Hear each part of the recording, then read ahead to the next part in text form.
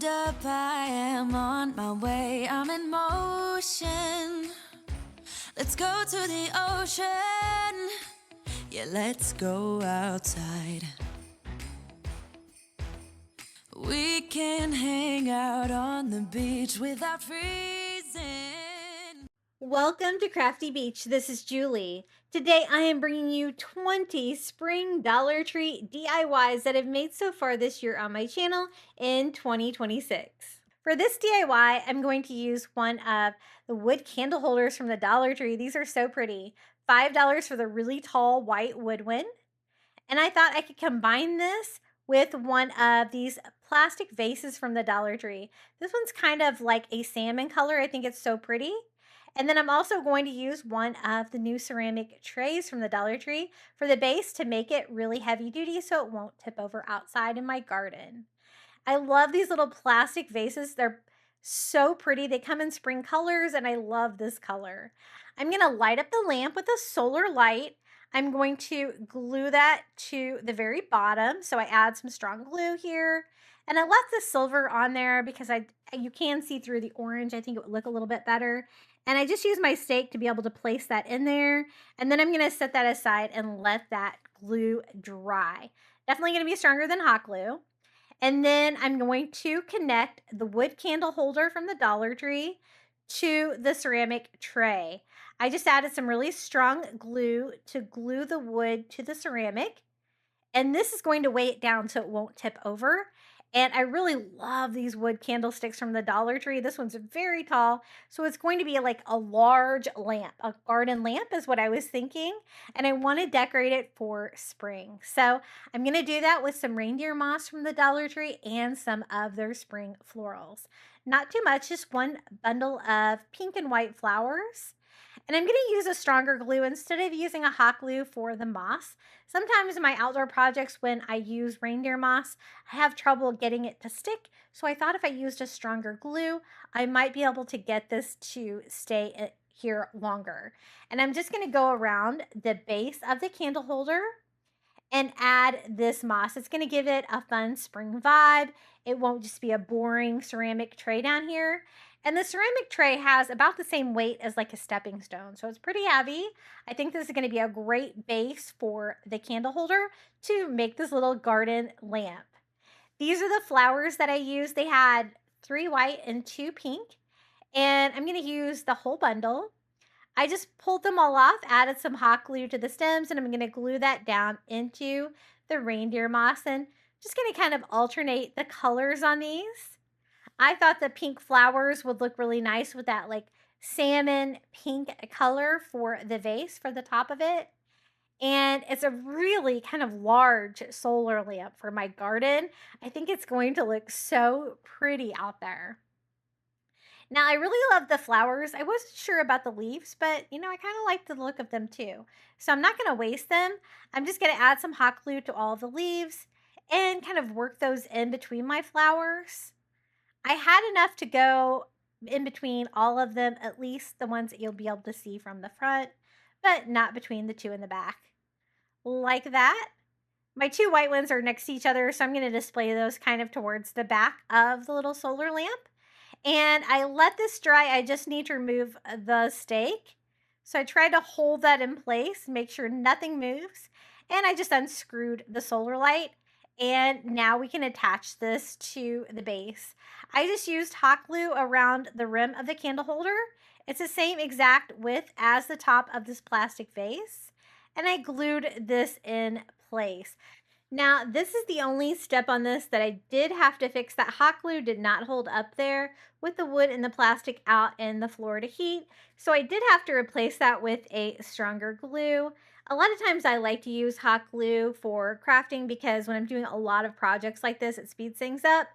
But sometimes definitely doesn't hold up outdoors. So always keep in mind that you might need to use a stronger glue on all of the solar light projects.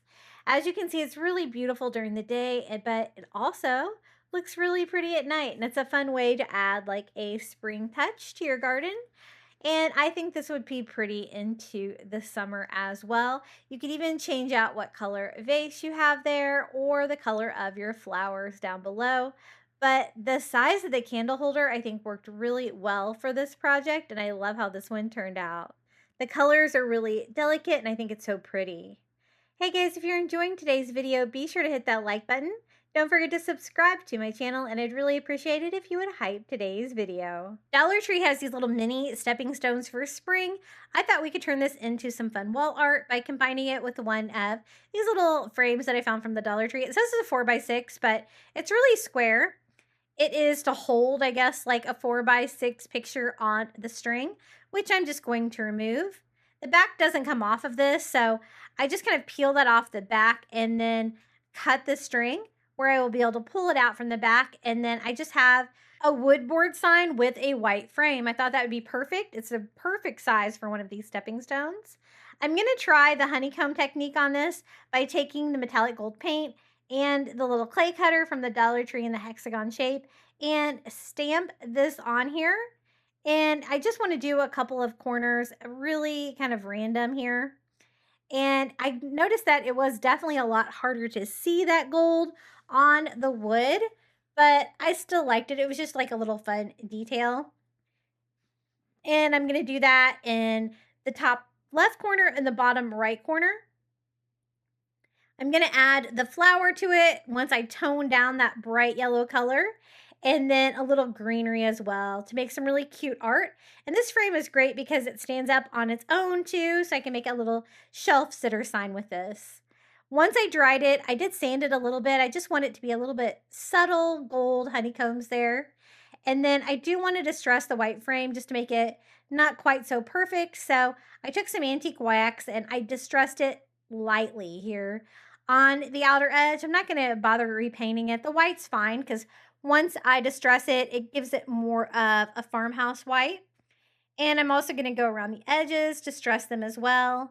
The inside edge, I didn't really distress, but I just used my paper towel and kind of dragged that antique wax on that as well, while not getting any on the board in the back. Now, we definitely need to tone this down. I love the fact that this little stepping stone flower has the bees on it already, but I definitely need to tone it down. So I went over everything here with that antique parchment color, just sponging that on, but leaving a little bit of that yellow peeking through some of the back petals. And I just kind of drag that on, and it just kind of whitewashes everything because I'm combining that with a baby wipe. It's going to water it down a little bit. I used a Cricut weeder to kind of get any of the paint that was pooling in between the petals. And then I went over it and distressed it even more, and then just use my baby wipe on it. I want to just tone everything down. I still want a little pops of yellow like that, but I just want to repaint everything. And sometimes these are a little chipped up too, so you might have to paint around the edges too, if that is the case. For the bee here, I'm just going to kind of clean those up a little bit. I like those kind of whitewashed too. I'm going to add some details to those, kind of repainting those a little bit too. Now for the center, I want to change it to more of a brown color. So I first go in with like a burnt umber color. It was just too brown, so I added a little bit of yellow to it to try to warm it up a little bit and went over. That was great for like the first coat.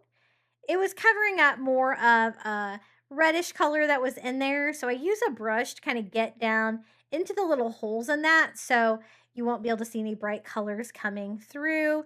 But I want to make sure that I don't get any of that on my bee here as well. So I just go around with some ivory, clean that up a little bit. It wasn't warm enough though, so I decided to add orange to it to see if I could get more of a warmer color of brown. And so that's what I did for the next coat of paint. Whenever you can mix a couple colors together, I always think it makes it look better. For the stripes and antenna and head of the bee, I just used a black Sharpie, so I didn't have to really worry about any bleeding from a paint pen or anything like that. And I just painted those on to bring out the details a little bit. The wings being white are totally fine. I think that looks good. And then I added a little bit more orange to that brown because I didn't think it was like caramely as I wanted. And I got another shade here that I added around the center. That was my favorite. I think I liked that one best. Sometimes when you don't have the right shade, just mixing colors together, you can get what you want. I'm going to do the same thing for yellow. I mixed like a sunshine yellow with that ivory to give me this buttery yellow color, which I can go back and distress some of the top of these leaves that are a little white. And this softened everything up. Before it was that bright yellow flower, right? Now it looks really classy. I think it looks so beautiful in the frame. Very boutique vibes on this one. And this would be a great decor for inside, for spring and summer, or even outdoors. I use that same color to touch up my bees as well, the yellow parts of my bees, with just a tiny brush. And I love the way this is looking. I think it looks so much better. I distressed it finally with a little bit more of that antique parchment color. And now we can add this to the sign. I think we'll add it like right about there. I decided to use a couple different kinds of glue. Since it is ceramic, I needed to use like a stronger glue. So I'm just going to peel the tag off the back and use some of this like Dollar Tree multi-purpose cement here in the middle. I don't want to mix my glue types together, but this one's going to be the stronger one. And then I went around the outer part of it with hot glue, the part that will touch down to the sign, and that will, make that part dry faster. I think I want it like that, where there's like a bee on each side of the flower. And I just glued this down.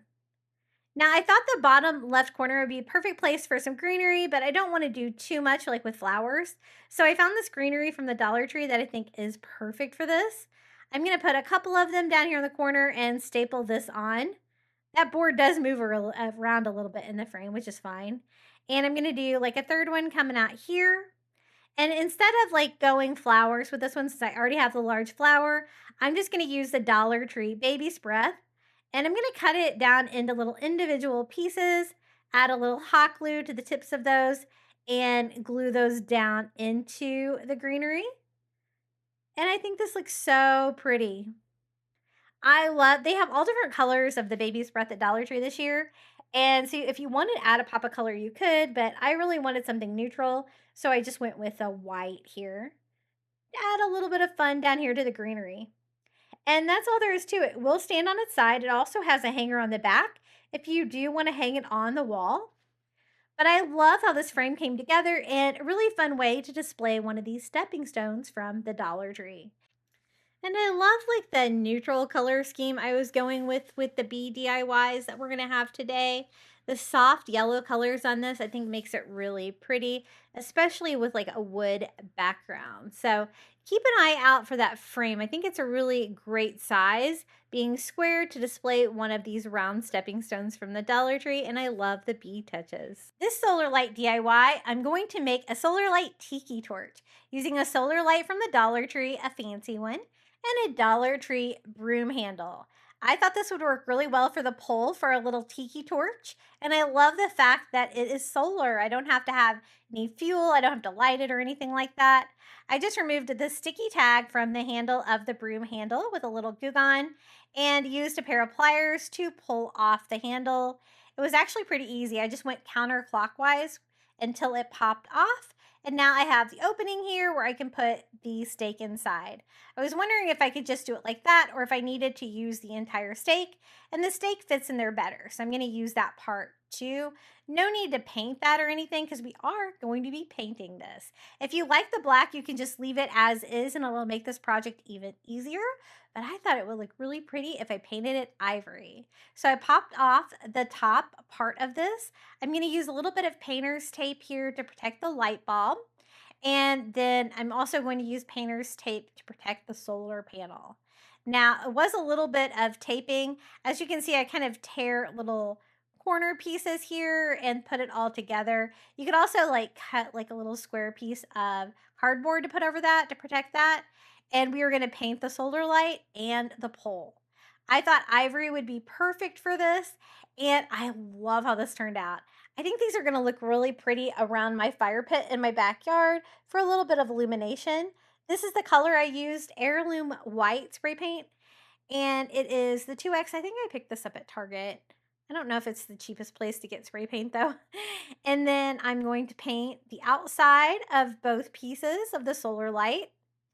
It's got this beautiful intricate design, and I thought this shape was perfect for the top of a tiki torch, but they do have larger ones from the Dollar Tree too, with the intricate pattern if this one is not large enough for you. I think that one will look really pretty too. It's really big if you've seen them this year at the Dollar Tree. I went ahead and painted the inside of it as well. And then I'm going to flip this one over and give it a little bit of ivory here on the inside and flip this over and spray that one more time. Then I can let those two pieces dry and we can start working on the pole. I'm going to leave the screw part on the bottom. I thought that'd make it easier to screw this into the ground. And I'm just going to go over this with one coat of that ivory paint. It has a primer built into it, so it was pretty easy to turn this dark black color into this light ivory color. And I'm so glad that I chose to paint them because I think they look so nice. And again, I love the fact that they're solar and really inexpensive too. Just a couple of items from the Dollar Tree. So I painted these. I let the spray paint dry. I didn't need to do it on the stake part. And then I'm going to clean this up. I did pretty good with the painter's tape on this, but you can always use a little fingernail polish remover to remove any spray paint. And then I also took the tape off of the light bulb and popped this back in, added the stake to it, but I thought maybe glue would make this a little bit more permanent. So I added some glue first, and then I added the little stake. And then this will slide right into that broom handle. This was so easy. I really love how it turned out. I think I'm going to make a bunch more of these to go around my fire pit area. I think they would look so pretty out there. So I can slide it in, but I want it to be a little bit more permanent. So I did add a little hot glue here around the top and then slid this in, gluing this in place. And that's all there is to it. We have a little solar tiki torch using a couple items from the Dollar Tree. I always love a good broom handle project. This is what it looks like during the daytime. I'm definitely glad that I changed the color. And if you wanted to add a little color to yours, that would be pretty too. Like maybe a turquoise or a spring color would be really pretty. And I love how tall this made this. Just going to make it really visible. I thought about doing several of these around my fire pit area in my backyard so you can kind of see around that area and you won't be tripping over them. So also if you have like a place like that where you really need one to be visible, if someone is constantly knocking them over, if you put it up nice and high like this, they're definitely going to be able to see it. But I think it turned out really pretty in the day and it lights up like a fun little tiki torch here at night. I wanted to see if I can make a garden arbor and make it into a planter box.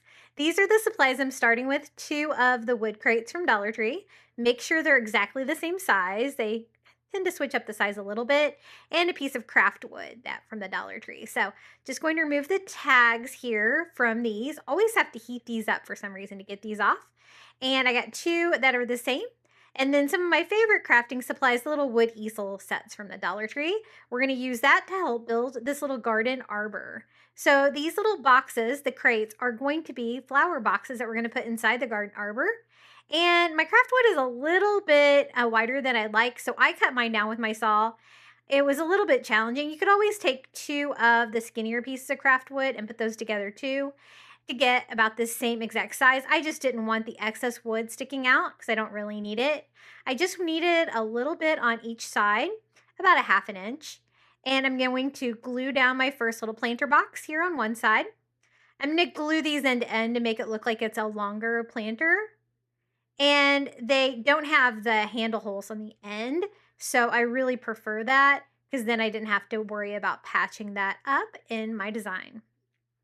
Now to build the garden arbor, we're going to do it with these easel kits.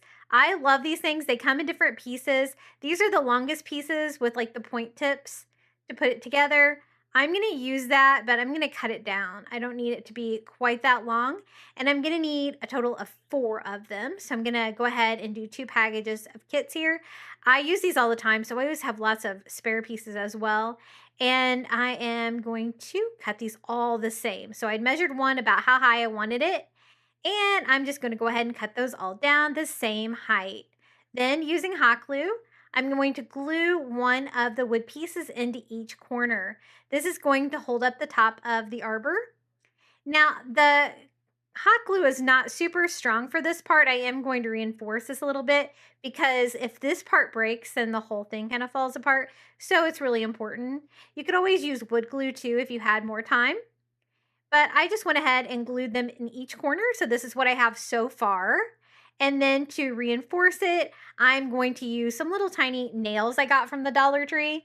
I'm going to do one in each corner, making sure that I go straight down so I get inside that wood. It's not a very big piece of wood that I'm going to, but this really helps stabilize it so much and makes it where I can work with it without worrying about the hot glue not holding. Make sure to get your nails straight though, because if you don't, they will go through the side of those. So I have all 4 attached, and now I need another piece to go across the top. So I'm going to open. I have a 3rd package. I always grab a handful of these. I always have these in stock because I love crafting with them. The wood is perfect. They're these little square pieces that are pretty much the same. There's some wider pieces in there too.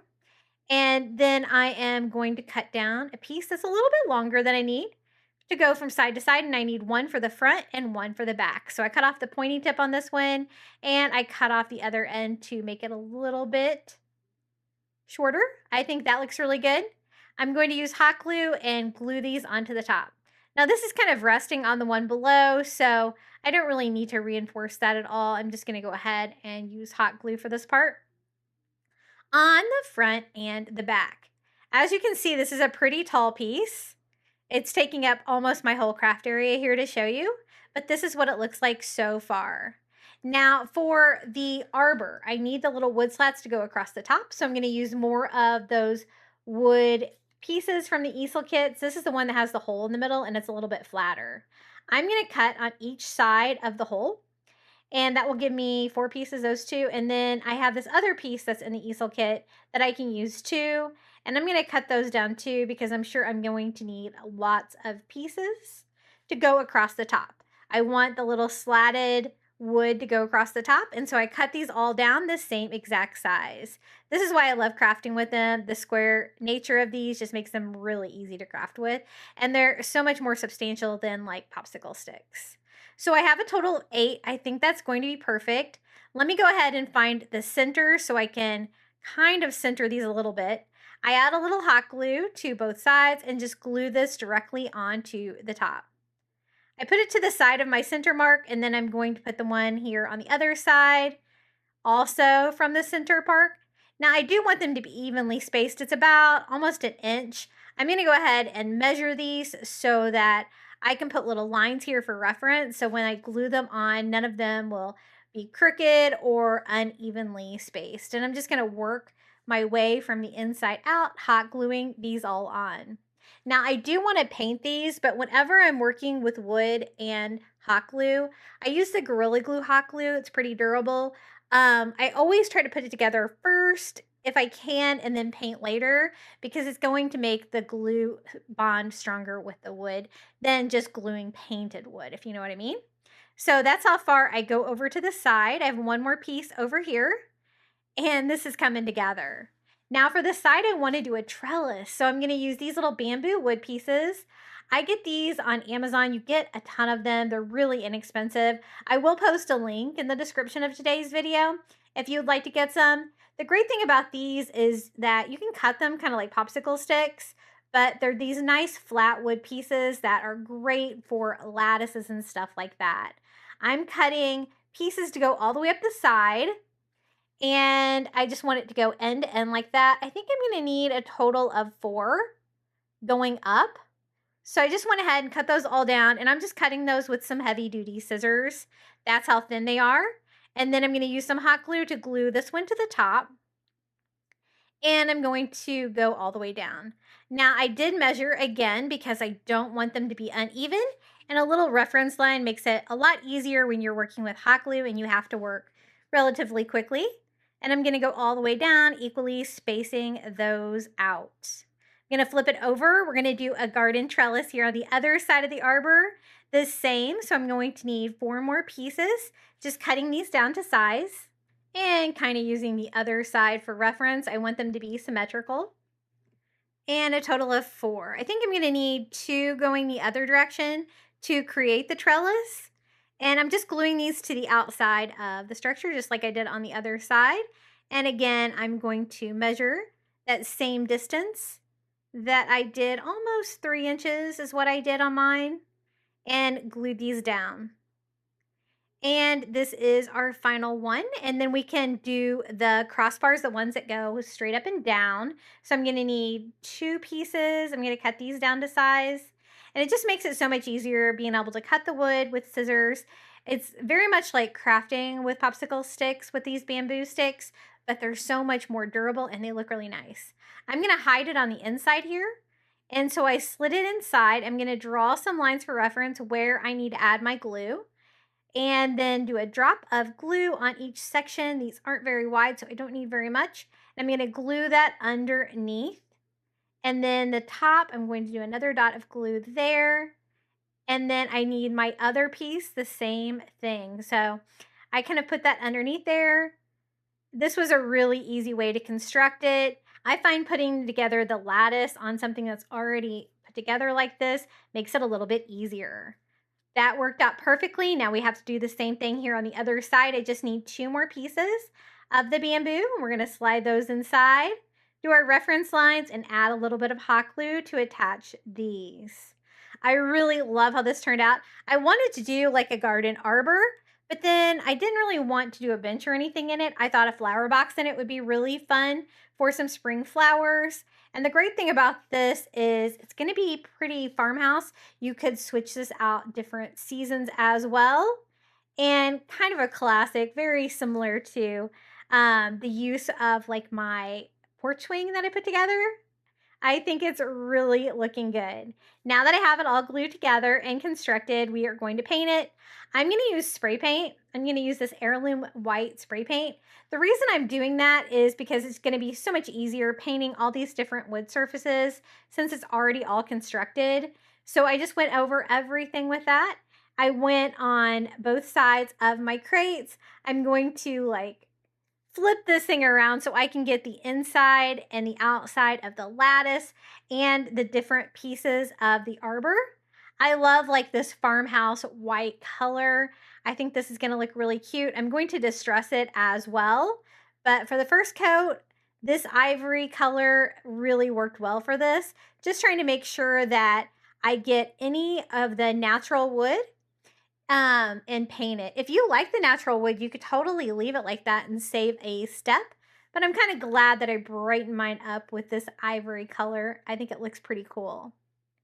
Just making sure I got everywhere. I think I did. And then I am going to distress it a little bit too. So I'm going to use some antique wax and dry brushing. If you get a little bit too much on there, you can always wipe it off. I like to use a baby wipe for that to blend that together. And I just want a very light, farmhouse distress all over. And if you want yours more crisp white, you could totally do that as well. But I really prefer the distressed look. So I'm going to do that on both sides, trying to keep like the wood grain the same. So I'm going like horizontally, like on the piece with my brush. And I'm going to do the little lattices here on both sides. I'm really glad that I constructed those. I think it really adds to the arbor a lot. Adds another fun garden detail. And I also distressed like the insides of it too. Anywhere that maybe looked a little bit too clean. Also like the top of the garden arbor. And I really love how this piece is coming together.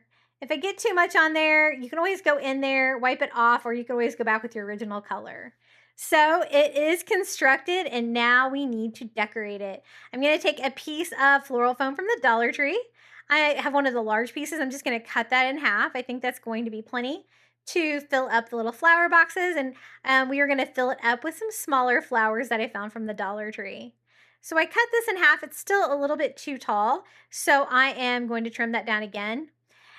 That little chopper that I used there, I got that in the kitchen section at the Dollar Tree. It works really well for foam. It works better than some of my foam cutting stuff. And I just added those to each one. Now to cover up the green foam, I'm using some of the brown floral moss from the Dollar Tree. It's not my favorite moss to use because, as you can see, it kind of goes all over. They're like individual pieces, but I liked the brown color.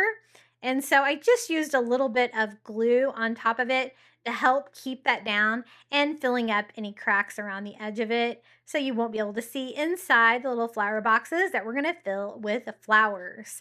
I chose the small flowers that I could find from the Dollar Tree.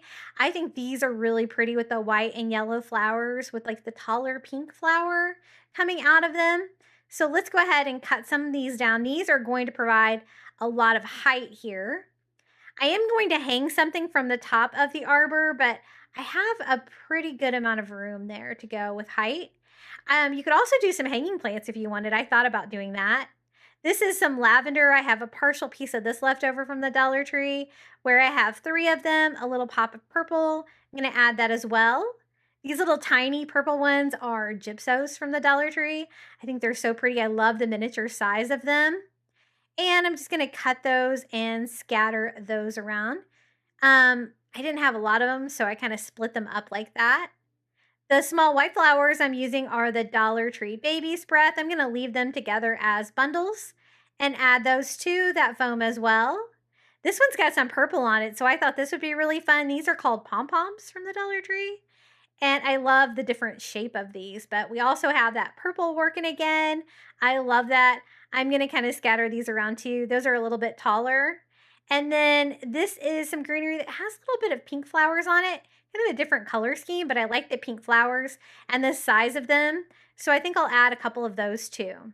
Now for the vines. I got this great vine ribbon on Temu. I will try to post a link. It's really hard to do. Every time I try to do that, Temu sells out of stuff all the time. It's kind of hard to find, but hopefully it's still available. If not, I'll post the link and maybe it'll link you to another one because there's usually more than one seller.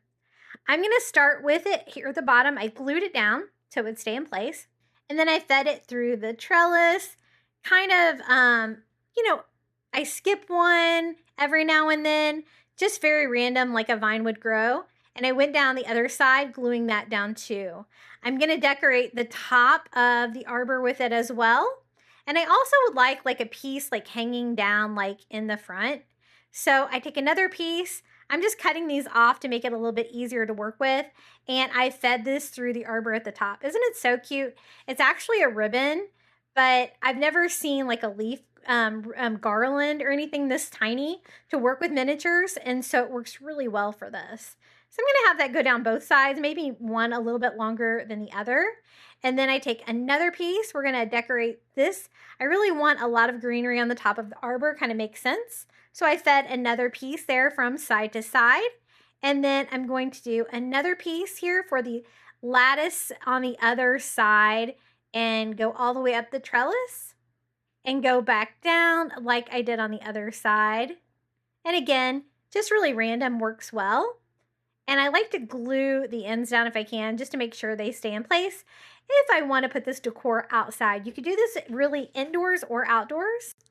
I'm going to feed another piece here from side to side. And I'm going to secure those two. I don't want those to blow off or anything like that. And I want them to just stay on top. Now, I thought it would be fun to break up some of the wood here on the front of the flower boxes by doing a couple pieces just kind of coming across the front, because none of my plants in there like really overlap the sides. So I'm going to do like one maybe coming from each side, like wrapping around the front of the flower box just to break up some of the wood on that project. And I really love how this turned out. The only thing I still want to do is I want to make a little sign. So I'm going to use a wooden ruler from the Dollar Tree. I love these for signs. They're a nice durable wood. You just remove the little stickers from there and you have some wood that has a little notch on it. I'm going to use the flat side and I am going to cut this down about 3 inches, I think will be nice. And I'm going to measure this so I can do a custom little printable to make a sign. I'm going to print this out just on paper. It says, "Welcome to our garden." It's like on white wood. It's a little out of focus there, but I will share the free printable if you would like to recreate this and you want this free printable sign. I'm going to use Mod Podge on the wood ruler and lay the paper down on top and then Mod Podge over the top. I always use way too much Mod Podge. I think it just comes out so much easier than paint, but I was able to thin that out and add that to the front to seal this. And we have this cute little "Welcome to our garden" sign that I can hang with some twine. So I put a little glue here on the end of my twine and glue that to the back of the garden sign. take that piece of twine and I'm going to wrap that around one of the Arbor pieces. I think I'll hang it off to the side. That way it won't be able to fall off. So I'm going to cut this down to the right length and add some more hot glue to this to glue on the other side of the back of the sign. And we have this cute little welcome to our garden sign hanging down from the Arbor. I don't want that to move around, so I'm going to go ahead and glue that in place too. Super cute. I love how this turned out. This is my garden arbor flower box. Perfect for spring and summer. Isn't this so fun? I love it with all of the vines coming down the side of the lattices too. I always love it when I can build a project with Dollar Tree wood, and this little garden arbor flower box is definitely one of my favorites. All the beautiful flowers in there just scream spring and summer to me. For this DIY, I found this beautiful glass, half price, so it was only $1 at Salvation Army, and I'm going to combine it with one of these glass candle holders from the Dollar Tree to make a little lamp like this. This is the taller of the two glass candlesticks that I can find from the Dollar Tree. So it's going to be nice and tall, and this glass cup is beautiful. This scale is perfect. I'm going to go ahead and clean this up a little bit, and we can start gluing the light in. This is one of the little solar lights here from Dollar General. I'm going to leave the silver panel on there. I think it looks a little bit better than the black. And then I'm going to use a really strong glue, a Gorilla Glue clear grip here, around the edges of the top of the solar light. And I'm going to glue that to the bottom of the cup like that. I'm going to use the stem just to push it down in there, but I'm only going to do that until it dries, and then I'll remove that part of it. This is going to be the bottom of the lamp, and then I'm also going to use some of these glass gems from the Dollar Tree. I thought I would use the blue ones, and I could decorate the sides of this. Now, what I did was I let this dry, and then I removed the little stake from the solar light, and now this is ready to go. Again, I'm gluing glass to glass, so I'm going to use a really strong glue here. Go around the rim of this blue glass, so pretty for $1. And then I laid my candle holder right on top. It's the same width as the cup. It kind of fits perfectly on there. And I thought this would be a beautiful little lamp for my garden area. Now, for the transition where the glass meets the candle holder, that is where I'm going to put the blue gems. And I'm going to do a strong glue on half of the bead, and then I'm going to use hot glue on the other half of the back. I've done this before with solar lights, and it worked really well because you do need the stronger glue, but you need that hot glue for a little bit of a quick hold on there. And even taping them on without the hot glue on there too, I've had them just all fall off. So this has worked well for me in the past, so hopefully it will work again too. I am trying to keep the glues separate if at all possible. So I just put, the stronger glue on one half, the hot glue on the other. And then I thought this would also help keep the cup on the candle holder because I'm gluing both pieces together too. So right there at the seam between the two pieces. And while everything else was drying, I'm going to leave this upside down so the top of it will definitely stay on there. And you are going to have to let that dry because you really need that to stay on, because like heat or anything like that is going to make it want it to fall down inside, and you don't want that. You want the solar light to stay on the top of the lamp and shine the light down inside. So this is what it looks like, a little solar lamp using a thrifted cup. I think it's so pretty. I love the blue color and the design on there. So definitely be sure to check out your thrift stores. A lot of times my thrift stores are a little overpriced, especially when they try to like resell Dollar Tree stuff.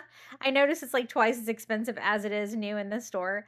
But sometimes if you can hit a good sale, I always try to hit the 50% off sales. You can find something really pretty like this that you can transform into a solar lamp. I love the blue color on this one. And it's nice and heavy with the glass. It doesn't really want to tip over out in my landscaping area.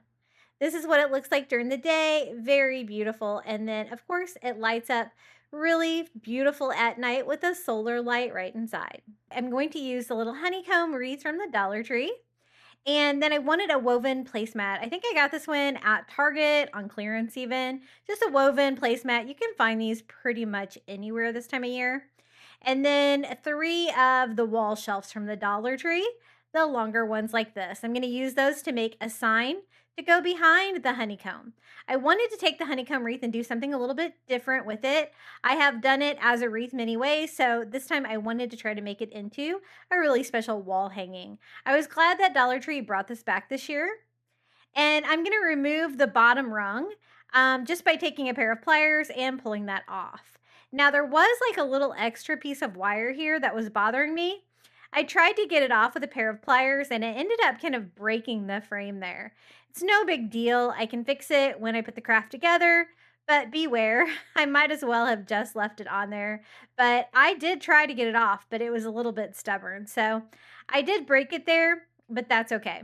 Now, to paint it is a bright yellow color to tone that down. I first went over it with a metallic, like rose gold, and then I'm going to go over it with regular gold as well. I wanted it to have a little bit of a two-tone, but something metallic I thought would look really nice with this DIY because this is going to be on the very top. Now for the sign itself, we're going to use these Dollar Tree wall shelves. I love using these to make signs. You can put as many of these together as you want to make a really large sign. It's nice thick wood and just a raw wood, so you can do just about anything with it. It also comes with these little metal hooks. I always save those for other DIYs and some macrame cord. Now, they are pretty good as far as sanding. The only places I really need to sand these are like the little holes that are cut in here to hang the little wall shelves. And so I'm just going to go over it with a sanding sponge. You can pick those up at Dollar Tree and they work really well to clean up some of their wood products. Now that I have them ready to go, I'm going to paint these. I wanted a very neutral color scheme with these DIYs today. And so I'm going to be using a lot of this color. This is the antique parchment. It's like an ivory color and it's from the apple barrel paint and it's really similar to a couple different shades, but just like an ivory color. I'm going to go all over these signs and paint them. Really easy to paint these. One coat is all it's going to take. I wanted to steer away from the bright yellows and blacks of a lot of DIYs in today's video and see if I can make them look very boutique and almost like a farmhouse vibe with these with the color scheme. And I know a lot of you guys like neutral decor, so I thought you guys would like that. Now that I got them painted that ivory color, I'm going to distress all of my boards with some antique wax. And I like to kind of focus on the edges with that and dry brush that on, kind of dragging that across each one of my boards just for a little bit of distressing, but not too much. I really want to keep that bright ivory color. Then I blend it with my baby wipe to kind of make it show like that wood grain through there. And I kind of wiped off a lot of it, but I did want it to be a little brighter. So then I went back and distressed it with that antique parchment color for the final result on these. Now, they are a nice thick sign, thick enough that you can glue them together. So that is the first thing I'm going to do is put a bead of hot glue here on one side and glue two together, making sure it's nice and flat. And then I'm going to do the same thing here. The great thing about these is you can do as many as you want depending on the size, but 3 of these I think is going to be perfect for that honeycomb wreath. Then to deal with the holes, you could leave them open, but I really like filling them with something. And so I'm going to take some twine. I knotted it right here in front on the bottom. That's going to be the bottom of it. And then I'm going to put a little hot glue on the end to make it easier to kind of use it like a needle, putting it through the holes here. And then I'm going to go through the back. Most of the twine will be hidden on the back of the sign. And I'm going to go and thread that through all of these. I'm going to continue this up to make a hanger and come down the other side. This is a little bit thicker twine. This is the twine from Walmart. I thought it would do a really nice job of filling up all those holes and kind of making it look intentional that it's tied together. That will actually help keep the board sign together since we hot glued them together like that. So just determining, I don't want too big of a handle on there. And then I'm going to feed this through the other side the same way, where the outer portions here are just connecting the boards. But then I do go down to the bottom and knot it to finish it off, which works great because then it doesn't leave just some random holes here in the bottom of the sign. It is a little bit of a messy twine, and so I am going to use a lighter to burn off any fuzzies here, but I'm only doing that the parts that are visible here. And I just went over all of those. You might want to reinforce the knots there at the bottom with a little bit of hot glue. I do that here in a little bit to make sure those don't become untied. Now to stamp it, I found these little honeycomb shapes. They're actually these little clay cutters from the Crafter Square at Dollar Tree. I found one that was a hexagon. I thought that would be perfect for a honeycomb to do a very faint honeycomb stamp. And then I'm using some gold metallic paint that I found at Dollar Tree. And I'm just sponging that on and using it like a stamp. I'm using the thicker edge around the top of it. And I'm going to do just a random little honeycomb pattern on both sides of the top, since there won't be anything in those corners when I have the beehive on there. And you don't want it to be like symmetrical or anything, super random. And this worked really well for the ivory paint, stamping these on here. And I'm going to do the same thing over here. This time I started lower, and again, just a random pattern. Now I do try the stamp method later on like a wood, and it was a little bit harder to do, but on the ivory color or a light color like this worked really well. I'm going to blend it a little bit with a baby wipe so it's not real noticeable. I just wanted some faint honeycombs here on the back so it's not quite so plain. Now this is what we're going to use to make the honeycomb, the placemat, the woven placemat. I think this is going to look so cool. I'm going to use a Sharpie, and I'm going to sketch on the outer side of the beehive here, leaving a little bit of a space so I'll have enough material to, attach this little wreath form down to it. And it went all the way from the top to the bottom. So this was the perfect size by removing the one part of the bottom of the honeycomb wreath. Then I just used some scissors and cut this down. Just trying to cut off the Sharpie. I wish I would have made it maybe even a little bit tiny bit bigger, because it's easier when you have something to glue it to. But I was able to make this work. I was trying to decide how I would attach the wire wreath form to this material. You could sew it on. I have done that in the past when I worked with this wreath form, and it does work really well, but it is kind of time intensive to sew that all the way around, but that is a way that you can do it as well. I have it cut out now. Here is our sign. It's going to go right about here. Material cut pretty well, but I'm going to trim up any areas that look like they are a little ragged there. I will seal that up here in the end. And then I'm going to use hot glue to glue this down first. First, I glued down the bottom of the beehive. This sign is so big, I kind of have to show it all to you sideways here. And then I'm going to glue down the rest of it. So first we have the little shelf signs, and then we have the woven placemat, and then on top we are going to do the wire wreath form. Again, it is broken at the bottom, but I'm going to hot glue this down, and so I think it'll be fine. I just put hot glue here along the edges of half of it, so I am quick enough to get that in there. I can't do the whole thing at once probably. And then I just used like some finger protection there to make sure I'm not burning myself with hot glue, and kind of held that down until it was dry. I'm going to do the same thing here for the bottom of the honeycomb. And I was trying to find a creative material. I've used burlap, I've used a fabric, I've used so many things to make this little wreath itself. And I really wanted something that looked really kind of authentic, like a beehive. And I think this material works really well for it. I'm going to hot glue this side down. I had enough material to glue it to, but it was kind of close there by gluing that down. But I just took my time and let that set up to dry. Now this step is kind of optional, but I'm going to frame the whole thing with some rope around the beehive. So I just took one package of Dollar Tree rope. I think this is a thinner one. And I'm going to start right at the bottom here. I'm going to have flowers here anywhere. We'll cover up that area where my wreath form broke. And so I'm going to have my seam for my rope be down there too. I'm just going to use hot glue, and I'm going to do one section at a time and glue rope. It's going to help frame it out. It's also going to clean up the rough edges from the placemat where we cut this. And it goes with the vibe. I like using rope for DIYs, and it definitely fits like the neutral color scheme. But as you can see, it's pretty cute without it too. But I thought I would just border it out.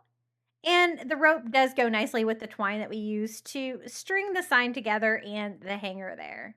So I just went all the way around. One package of rope is plenty.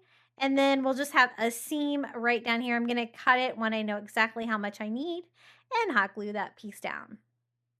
Now my plan is to have a little bee on here and maybe just one bee. And then I'm going to burn off any fuzzies from the rope like I did with the twine. This is me hot gluing the knots here at the bottom to make sure those don't come untied. I had forgot to do that, and that is really important. So this is the bee we're going to use. This is a little bee chime I found at Dollar Tree. You get like 2 bells and 2 bees. I thought this would be perfect scale for a bee for this. So I'm just going to go ahead and remove this bee here from the bottom. It has a little circle on the top, but I don't really care about that. It's like an ombre gold and black, which I like, but I think I will tone that down a little bit. I also want a little hole in the beehive for the bees to go in. And to get that, I just took some black paint and a round sponge paint dauber to give me a perfect circle. I did want it to be a little bit bigger, so I just kind of worked around in a circle until it was the size I wanted.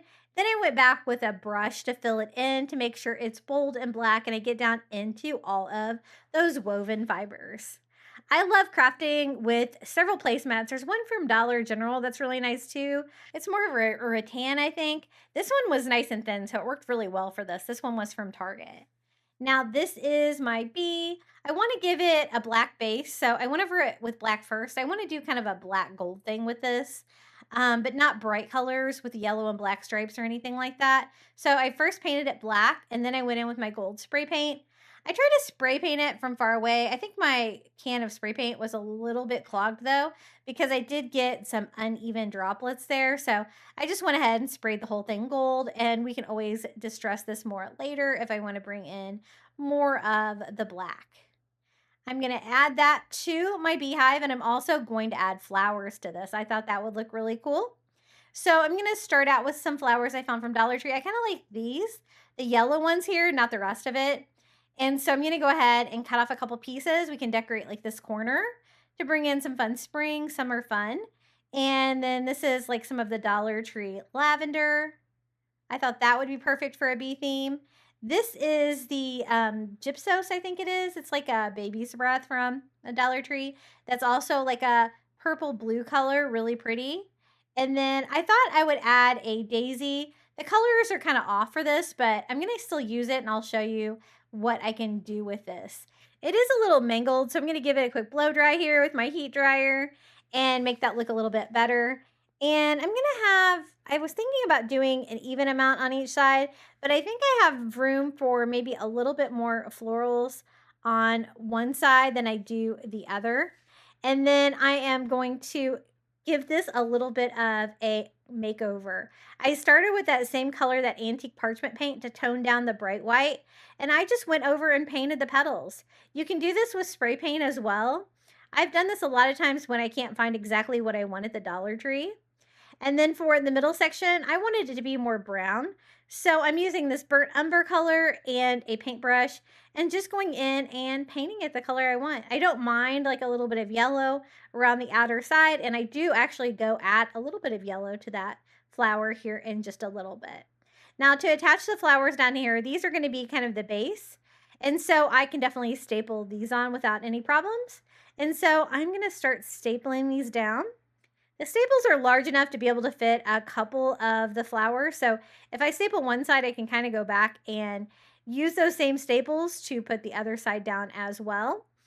And I want variety, so I'm gonna, split up what I'm doing. And I also want a little bit of variety here where I can, do them in a different order. Here on the right side, and I'm trying to make sure they all kind of lay flat against the sign and they don't come out too much from the sign. And that's when I realized I had a little bit more room over here on the left. So I do have some more items like the lavender. And again, I'm just using those existing staples, kind of working those all in there. And then I will add the flower to the top.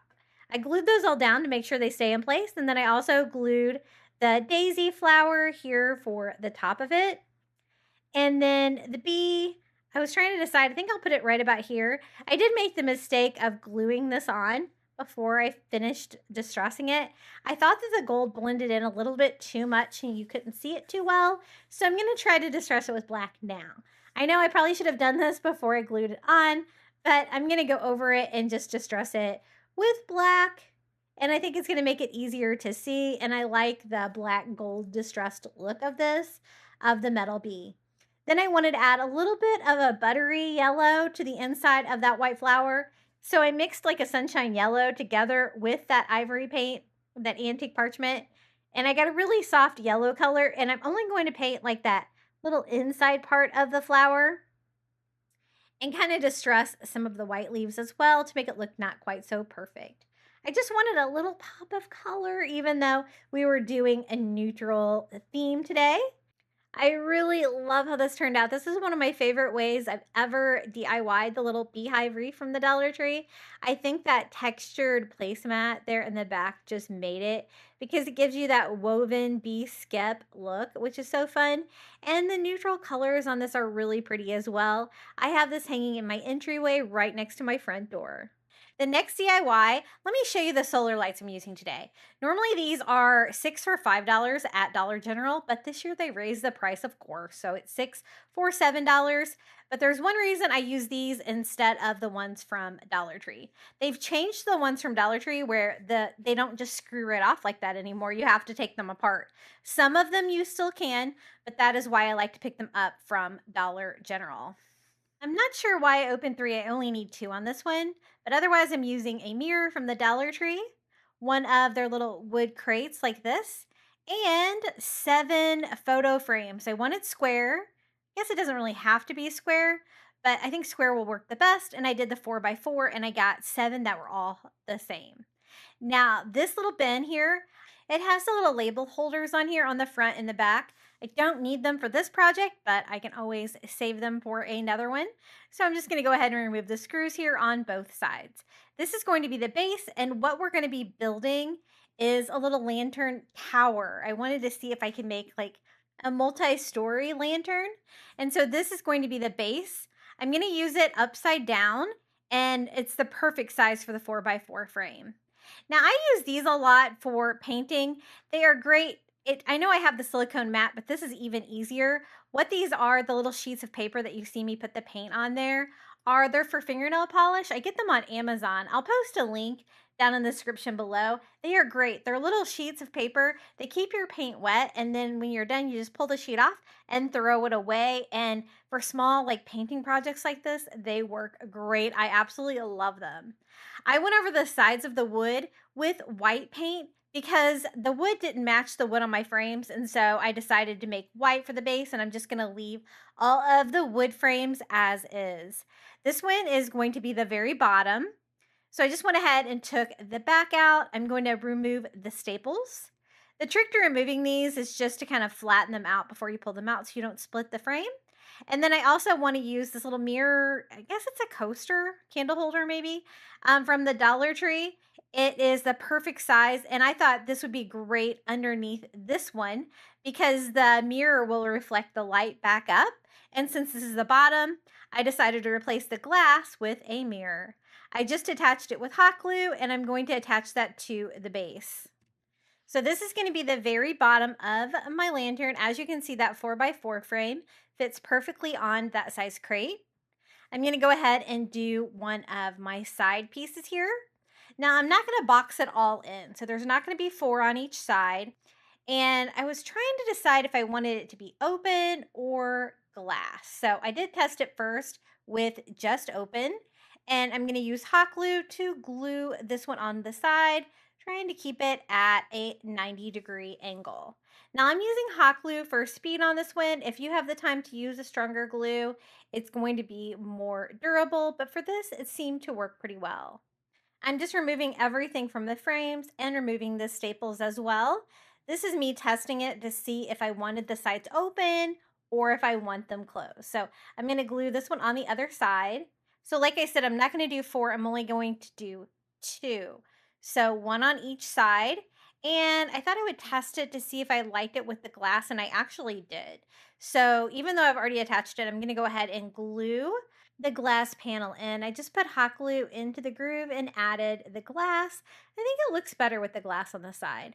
And if you wanted to get fancy, you could add a pattern to it as well with maybe some Cricut Vinyl or something like that.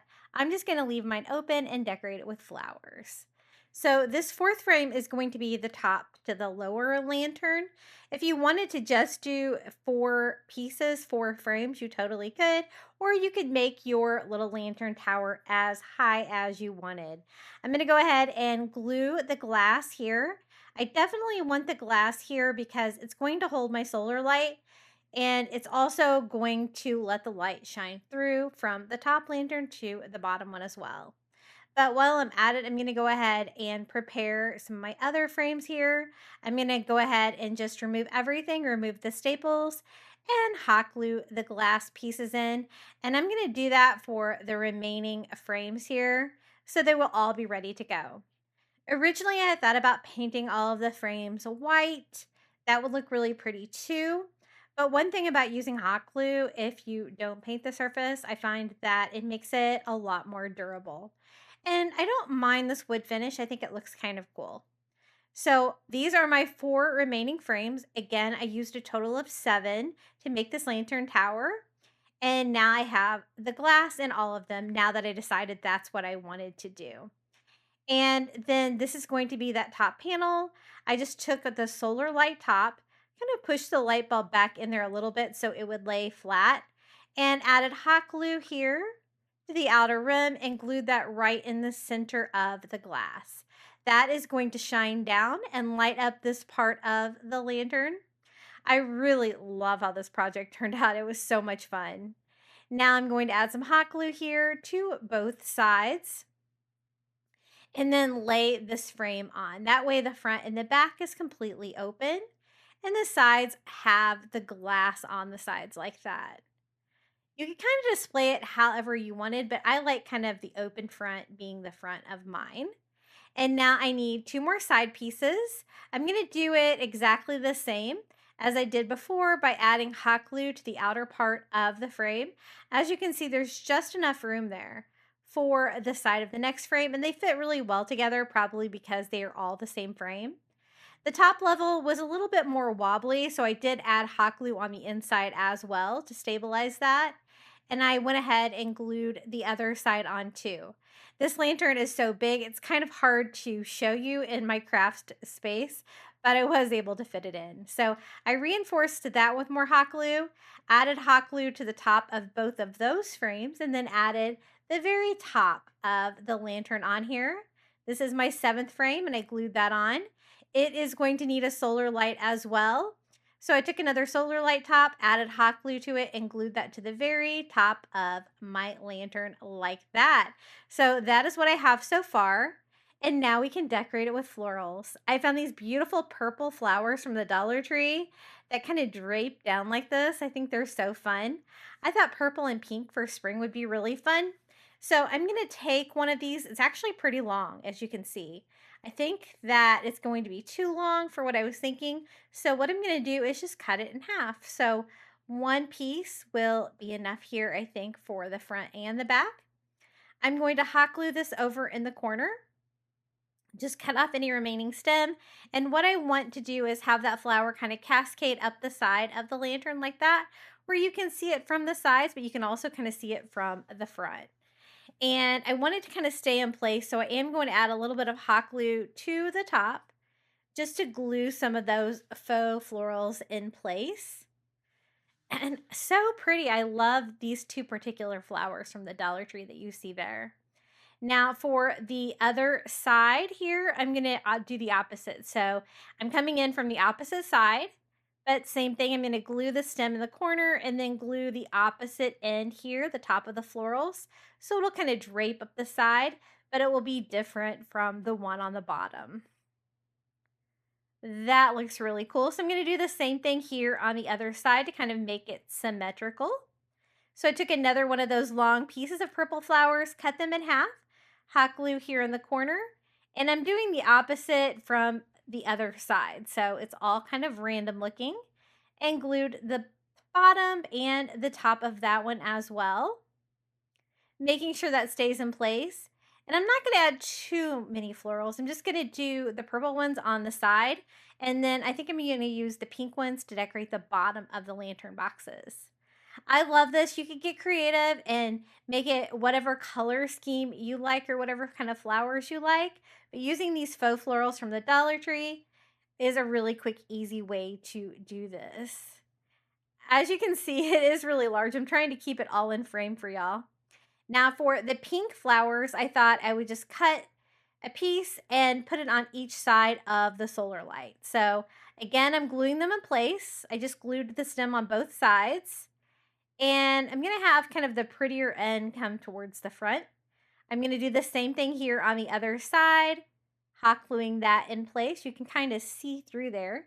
And again, I only needed 2 solar lights. So the top solar light is going to light up the top lantern, and then the bottom solar light will light up the bottom lantern. And there's also glass, so a little bit of the light will shine through anyway. And then we have that mirror on the bottom to reflect everything.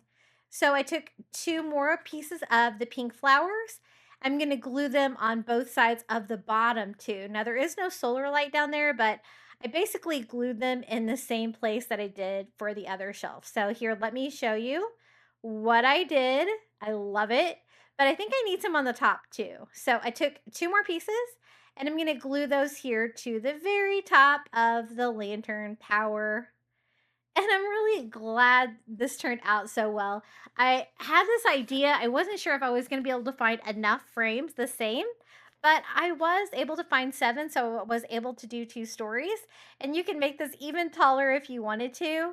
I think this looks so beautiful for spring. And I love how this looks sitting out in front of my house. I noticed I couldn't put it too close to my house because the solar lights didn't really charge because I don't think they were getting enough sunlight at all. So I moved it up for a little bit further away from my house, and now they light up really great in the evening. Some people on Facebook were really confused how that second solar light charges, but the light comes in from the sides, it comes in from the glass.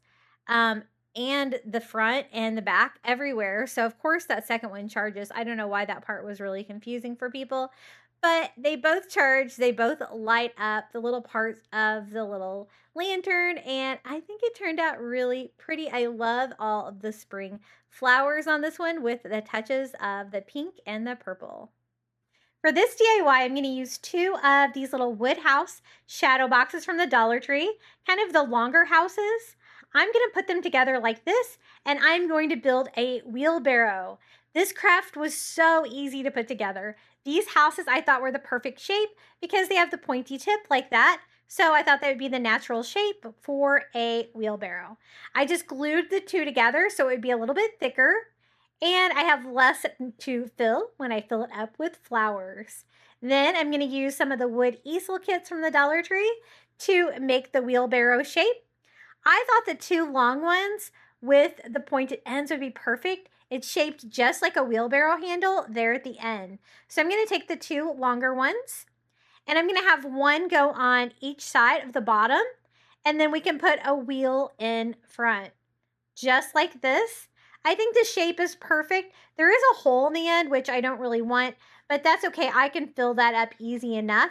I'm just going to take a little bit of spackle, and we're going to paint this anyway. You won't be able to tell. And I'm going to fill it in because I really like the way it's cut here. The miter cut, it's perfect for the handle of it. And these are a little bit longer than I need, but I think they'll work well. For the wheel, I got these little wood wheel shapes on Temu. They are perfect. I've crafted wheels before, and they're a lot of work using like the wood rings from the Dollar Tree and coffee stirrers. But I love the fact that I can just put like 4 of these together. I think will give me a nice chunky wheel, and such a good deal. I will try to post a link to these as well. I'm going to use a little bit of glue, maybe just around the inside, because I want to be able to line these up perfectly without like any glue stringing in between with the hot glue. And I just glued 4 of them together like that. Now I have a nice chunky wheel. So easy.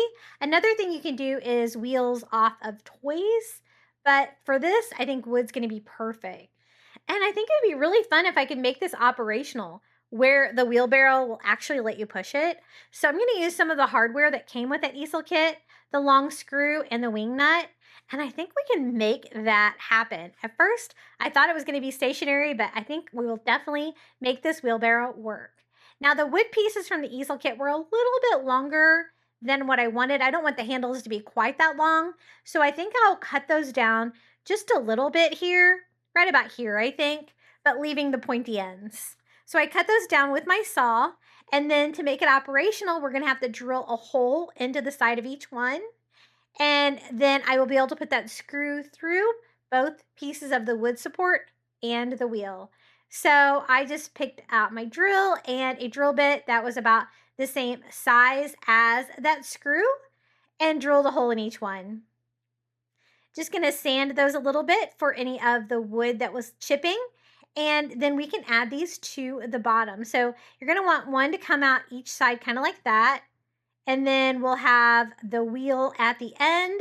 Definitely the easiest wheelbarrow I've ever crafted. The wood shape house is perfect for this. I'm so glad I thought of that. So I'm going to flip this over, make sure this is going to work. I think it should look kind of like this. So I'm going to use my pencil and do some reference lines for glue. So I'll know exactly where to glue, making sure my wheel will still fit in between the two. And then I glued each piece on.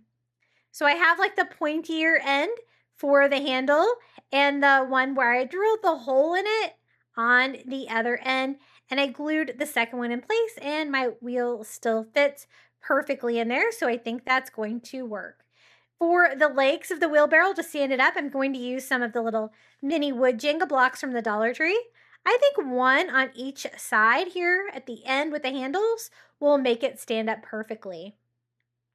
So I'm just going to glue those in place. I'm just going to need one here on each side. And I'm going to glue it horizontally on like this, right over in the corner. And I'm going to paint this too. So I have all the different shades of wood right now, but when I paint this all, it will make it all a little bit more cohesive. But again, I'm gluing it all together first before painting. For paint, I'm going to use spray paint. I'm going to use this heirloom white spray paint, and I'm going to start here at the bottom, just painting the structure and the sides and the legs here of our little wheelbarrow.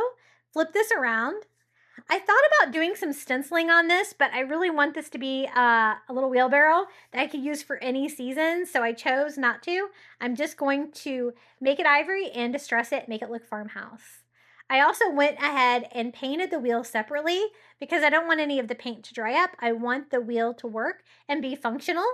So I painted that part separately from the wheelbarrow. And then I flipped it over and painted it. One thing I did notice, the top of the rim there of the house shape doesn't really, it's that unfinished wood. It does not take spray paint very well, as you can see. I went over it with a couple of coats, but it just kind of like soaks in. But that's okay. I wanted to distress this with a little bit of ivory paint anyway. And then I think that's good for the spray paint. So let's let this dry a little bit. And then I went in, and as you can see, all of the paint is gone from that. That really didn't want to take that, but it does take acrylic paint. So I'm going to sponge on some antique parchment by Apple Barrel, and I'm going to distress the whole wheelbarrow with this. So it's like two different colors of ivory together. It's going to give it like definitely a farmhouse look. And so I just went over all of the surfaces with that, just kind of mixing it, like maybe half of one color, half of the other. They're pretty similar. Trying to make sure that I don't get any paint pooling in between the two pieces of wood. I went back and forth whether I should make this a taller wheelbarrow or just with one house, but I really like the height of adding both of these. And then it naturally forms like these wood slats on the side. That looks really good, I think. So I just went over and distressed the entire thing with more of that ivory paint. And then I'm going to go in here and distress it as well with some antique wax. If you wanted to stain your wood, you probably could. The finished wood from the house frames, though, stains a little bit mixed compared to like the raw wood from the easel kits, which would probably take the stain a little bit more. So keep that in mind if you do plan to stain yours. Or, you could always just leave it wood too if you like. But again, I really love the distressed ivory look. It's going to go great with my spring decor, but it would also go great with my coastal decor if I want to like switch up what I have inside of it. So I'm just going to distress all over any of the areas that you might be able to see. I'm also going to distress the little wheel. I'm so glad I found these little wood wheels. What a find for crafting, because I love making things that move, and with wheels, this is perfect. Now for the screw, I'm going to go ahead and screw that in to the hole that I drilled. Add the wheel in between. The hole is plenty big enough in there to be able to screw all the way through. The only issue I got to at this point is I didn't really drill my holes at a diagonal, even though my pieces of wood are at a diagonal. So as you can see, it's kind of tilting back, and instead of going straight across from the way that I drilled the holes. But I was able to fix it. So I flipped it over here so I could try to straighten this out a little bit to make it go straight across to the other hole. And so I unscrewed it and rescrewed it back in there, and then hit it with a hammer a few times, and that took care of it. I was able to get it into the hole that I had drilled here on the other side and straightened it out a lot. I don't want it to be too tight because I do want the wheel to be able to turn, but I also don't want it to kind of wobble from side to side. I put the wing nut here on the other side. I thought I could just hide this behind the pole if it's turned sideways like this. And then I just kind of adjusted to see what width I needed for my tire, and then closed the wing nut. And we have constructed the wheelbarrow. Wasn't that so easy? I love how this turned out. Now let's fill it with flowers for spring and summer. I took up some floral foam from the Dollar Tree and cut it down, cut it in half, and then cut it to fit the shape. And then I'm going to cover that up with some Dollar Tree reindeer moss. I picked some small florals from the Dollar Tree that I thought would be really cute with this, and some bright colors too for spring. I'm going to do some of the eucalyptus with purple. I think this is a nice way to add some greenery, but it also adds a little bit of color, and not too tall. And I want this just to be completely filled with flowers like it is a wheelbarrow planter. I'm going to use some of the white flowers with the yellow centers and the pink. I think these are so fun and festive for spring. I was able to still find spring flowers at my Dollar Tree, even though they do have a lot of 4th of July stuff in now too, as far as florals. Don't really like their 4th of July flowers too much though. Some of them are pretty, but some of them are a little bit on the tackier side. The purple little ones here are the gypsos. I don't have very many of those, so I'm going to cut those separately. And that foam is so soft that you don't really need the wire. You can just put the plastic stems down inside. I'm going to bring in some color with the yellow baby's breath from Dollar Tree and just scatter these around, leaving them in bundles. And then I have some of the white baby's breath as well. Then I'm going to add to this to try to fill this up. I always find that I use the smaller flowers from Dollar Tree for DIYs so much more than I do the larger ones. So whenever I see small ones, I always try to grab them. I think that looks really cute. If you wanted, you could stencil fresh flowers on the side of it. I did think about doing that. But then again, I wanted the piece to be something that I could use year round by switching out what's inside. This was really easy to make with those house-shaped little shadow boxes.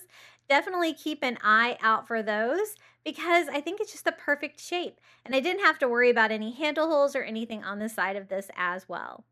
The next DIY is going to be a solar lantern. I picked up this little lantern at Target Dollar Spot for $5. It's very similar to the gold one they have at the Dollar Tree, but it's a little bit smaller. And that's what I wanted for this. I thought I could combine that with some of the Dollar Tree acrylic boards. These are 4x6. I think it's going to be a little bit too tall, so I'm going to have to cut these. I'm thinking about 4x5 is going to work well for the side panels. And so I just kind of measured what I thought would work, and these really went together really well.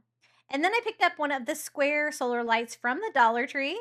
The top of these do pop off, and look how that fits perfectly in the top of that. And the solar panel will still be open enough to charge, so I think that will work well. Now this is gold. It is pretty, but I really kind of envision mine being white. So I'm going to paint mine with some white spray paint. Really easy to do. I'm just going to prop this up on something. And I thought it would be easier to probably paint the handle separately. So I went ahead and removed that. And then I'm going to spray paint this white. It was pretty easy to turn it from gold to white. Just one coat all over. I'm going to turn it around and make sure I get all of it. I'm trying to get the inside of it too, anywhere that might be visible. when I put this little lantern all together. My vision for this is it's going to have acrylic sides kind of boxing it in.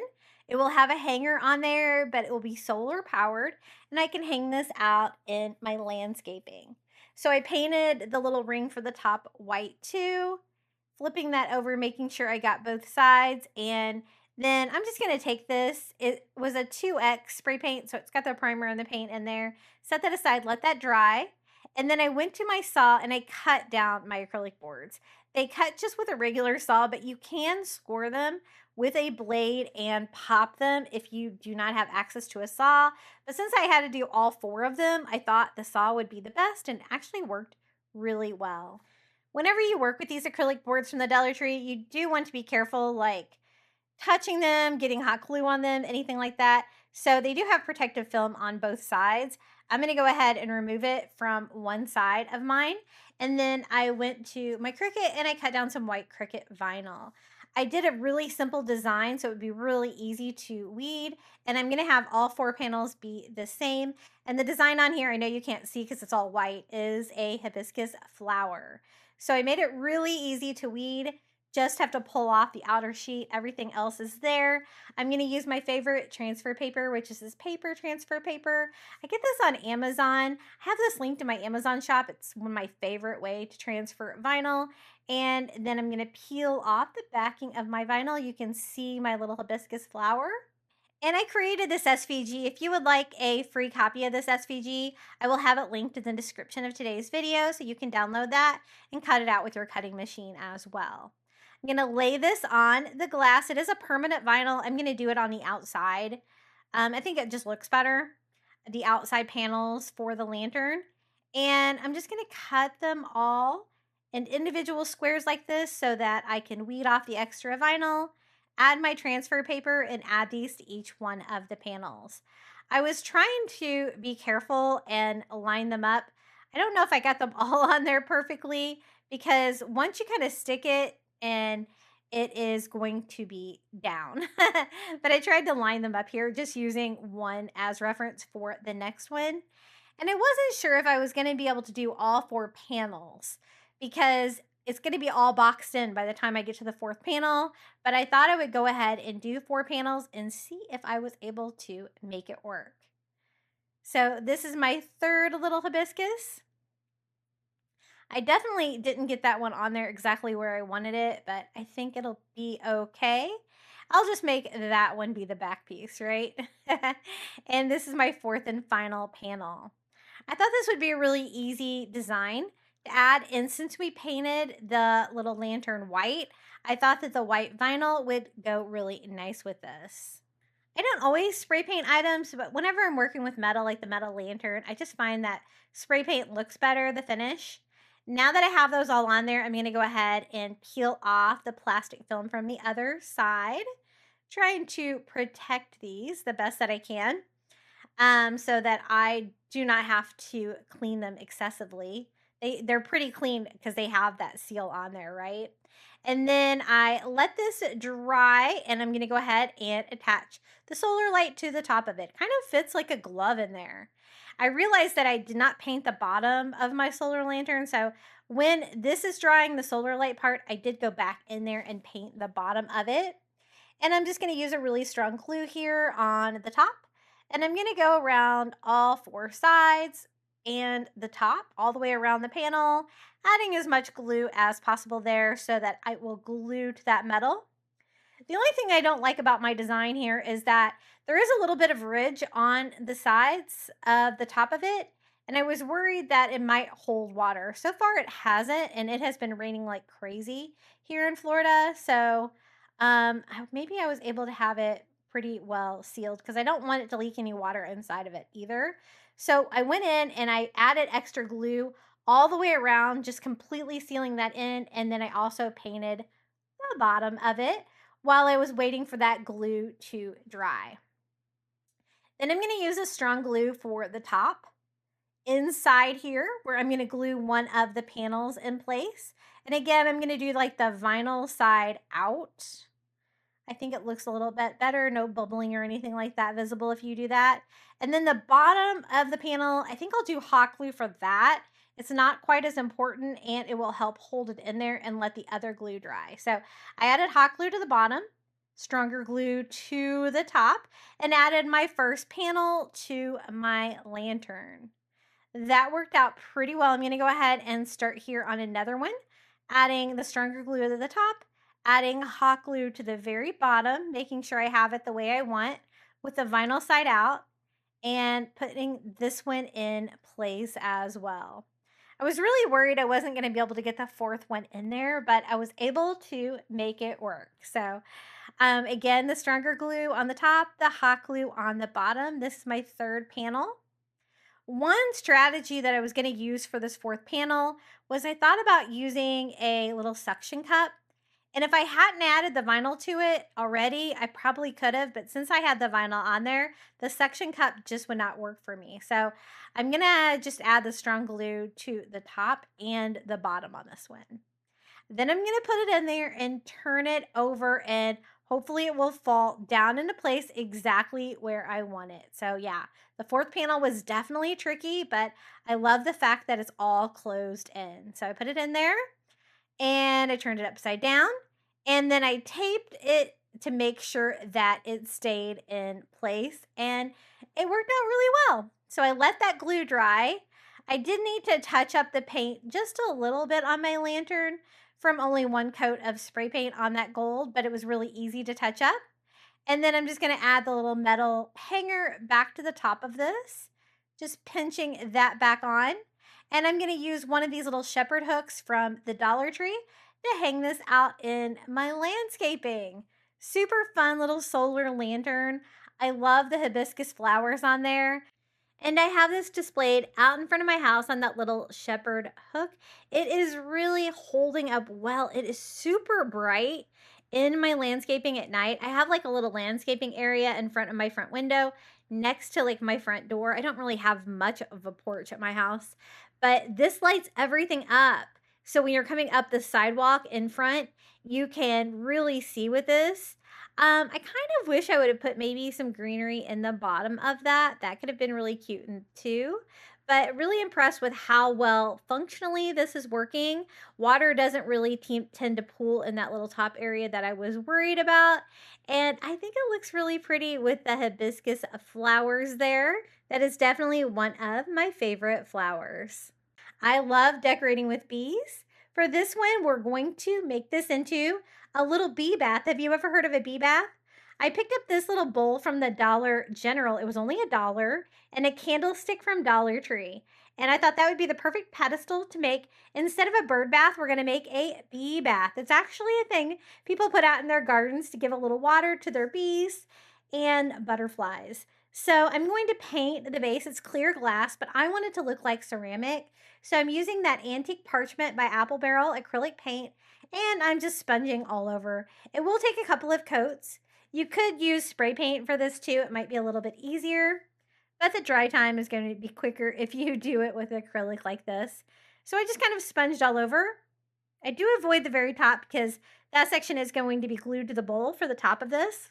And that plastic type bowl that I found from the Dollar Tree, I think is perfect for this. I thought those would be fun just to make as a decor piece. I'm not going to actually use mine out in my garden. And I'm not sure if the chemicals that I use on it would be safe for bees anyway. But if you wanted to leave it as is, you could if you didn't do anything to the bowl itself. And again, I did have to do a couple of coats on the candle holder to, make that all one color of ivory and give it that ceramic color without any glass showing through. Then I mixed the antique parchment with my sunshine yellow to give me a buttery yellow color. I'm going to start on the bottom of the bowl, and I'm just working in one direction. So the brush strokes go out just like the texture would look on a flower. And I love the fact that this was already like a bright yellow. So it peeks out here and there, but most of it's going to be this softer color, way toned down. And one coat is all it takes. I avoid the bottom because I'm going to be gluing it, and I use a strong glue here on the glass candle holder, and I glue that to the bottom by flipping that upside down. Just like a little bird bath, but for a bee. So fun. And I have some wood bees that I got on Amazon that I'm going to add to this as well. They used to have the little wooden bees at Dollar Tree, but I haven't been able to find them there in a while. So Temu is a good source and Amazon is a good source. I will post a link to them in the description of today's video if you want to pick some up. They're pretty inexpensive. I painted the inside of the flower just like I painted the outside, just by working my brush strokes out so it looks like it's part of the flower and making sure to continue that all the way up so I don't really start and stop. I did cover up the center of the flower. I'm going to paint that too. And then I went around all of the edges of the flower to tone down that bright yellow too. I really love how soft this turned out with this buttery color of yellow that I DIY'd here. Once I get this painted, I'm going to paint the center. I'm going to mix burnt umber with orange. I really liked that warm shade of brown it gave me for the center of the flower. And I'm just going to use a little sponge paint dauber and do a circle here in the middle. I do want it to be a little bit larger than that. So I just kind of work my circle out here, trying to keep it symmetrical if I can. That is about the size that I'm going for. And then I want everything to look kind of shiny and ceramic. So I'm going to seal it now with some gloss Mod Podge. So I went ahead and flipped it over once the paint was dry. This made it look so nice, like it's all one ceramic piece, and it takes away all that matte finish from the matte acrylic paint that I was using. See how shiny and pretty it looks? I'm going to do the same thing here for the top. And I'm just going to spray a coat of that gloss on there. Now, I was trying to decide if I wanted to use this as a candy dish. You could use it for like a catch-all too, like for your keys or something like that. But I decided just to use mine for decor. So I'm going to break out the safety gear, eye protection, my respirator that I got on Amazon, and some Dollar Tree resin. Don't forget the gloves. This stuff is dangerous. Work in like a well-ventilated area. I'm in my garage, so I should be good. Comes in two parts, A and B. Now, I noticed that the B is kind of discolored on mine, but I think it's going to be okay in this case. I've noticed I ordered this by the case from Dollar Tree because it was hard to find at my store. I noticed a lot of it's discoloring. Have you had a problem with that as well? I always put B in first because it's thicker, and I'm just using a little plastic bathroom cup to do my mixing. And I have a little silicone popsicle stick that I can use to stir this until it is all resin together. The resin is going to be my faux water in this little bee bath. I thought that would be really fun to actually have something that looks like water in it. And so I have it mixed up. I didn't know if I would need the entire like 2 ounces, I guess I get to fill this up, but I was actually able to use it all. I kind of poured it in a little at a time to see if I wanted to stop, but I kind of liked the look of the faux water in there. This will dry hard and clear and look just like water in there. To get out any bubbles, I used my heat gun. You could also use a lighter for this. But again, if you're going to work with resin, be sure to have a mask, face protection, gloves, the whole shebang, because it can be dangerous. Now for the bees, these are the little wood bees that I got on Amazon. They do have little foam stickers on them. I'm going to go ahead and take those off, and I'm going to use the resin itself while it's still wet to glue these on. I want it to look like the little bees are coming in to get a drink, and I'm going to have 3 of them around the edges. I thought that would be really cute. But the resin comes in handy because it will work as a permanent glue. I can also drip some on top of them, making it look like it is part of the piece, not something that I just added. And it really made it all look like one piece, especially since the little flower bowl is shiny from the gloss Mod Podge. I'm going to do one more over here, maybe a little farther down. With the wet resin, it wanted to kind of slip down a little bit, and I was able to hold it into place just for a second, enough for it to start to sit up exactly where I wanted. I wanted to make sure that it didn't go all the way down into the resin. I didn't want like a floating bee down there. And then I did get a little bubbles from that, so I used a little bit more heat. I let this sit for a day, and now I have a beautiful little bee bath. I think this is so whimsical and fun. And of course, mine is a decor piece because I have the faux bees, I have the faux water. It's not a real bee bath. If you wanted to make it a bee bath, you could, but don't paint the flower itself or use the resin. For this one, I wanted to make a really beautiful solar light bulb. They have these little plastic solar lights from the Dollar Tree with a plastic little light bulb on there with little twinkle lights. Has a little on-off switch. You can just leave it on since it is solar. And I'm going to put it into this glass bottle that I found from the Dollar Tree. It's like a bluish green. It's really pretty. The lid of it is very small, so it fits inside this little light bulb. And so I'm going to use a really strong glue on this because I am gluing glass to plastic here. That top part is made out of plastic. And I just put the lights inside and glue that on. Now, I definitely wanted to use strong glue for this because it's going to need to be able to hold up outdoors.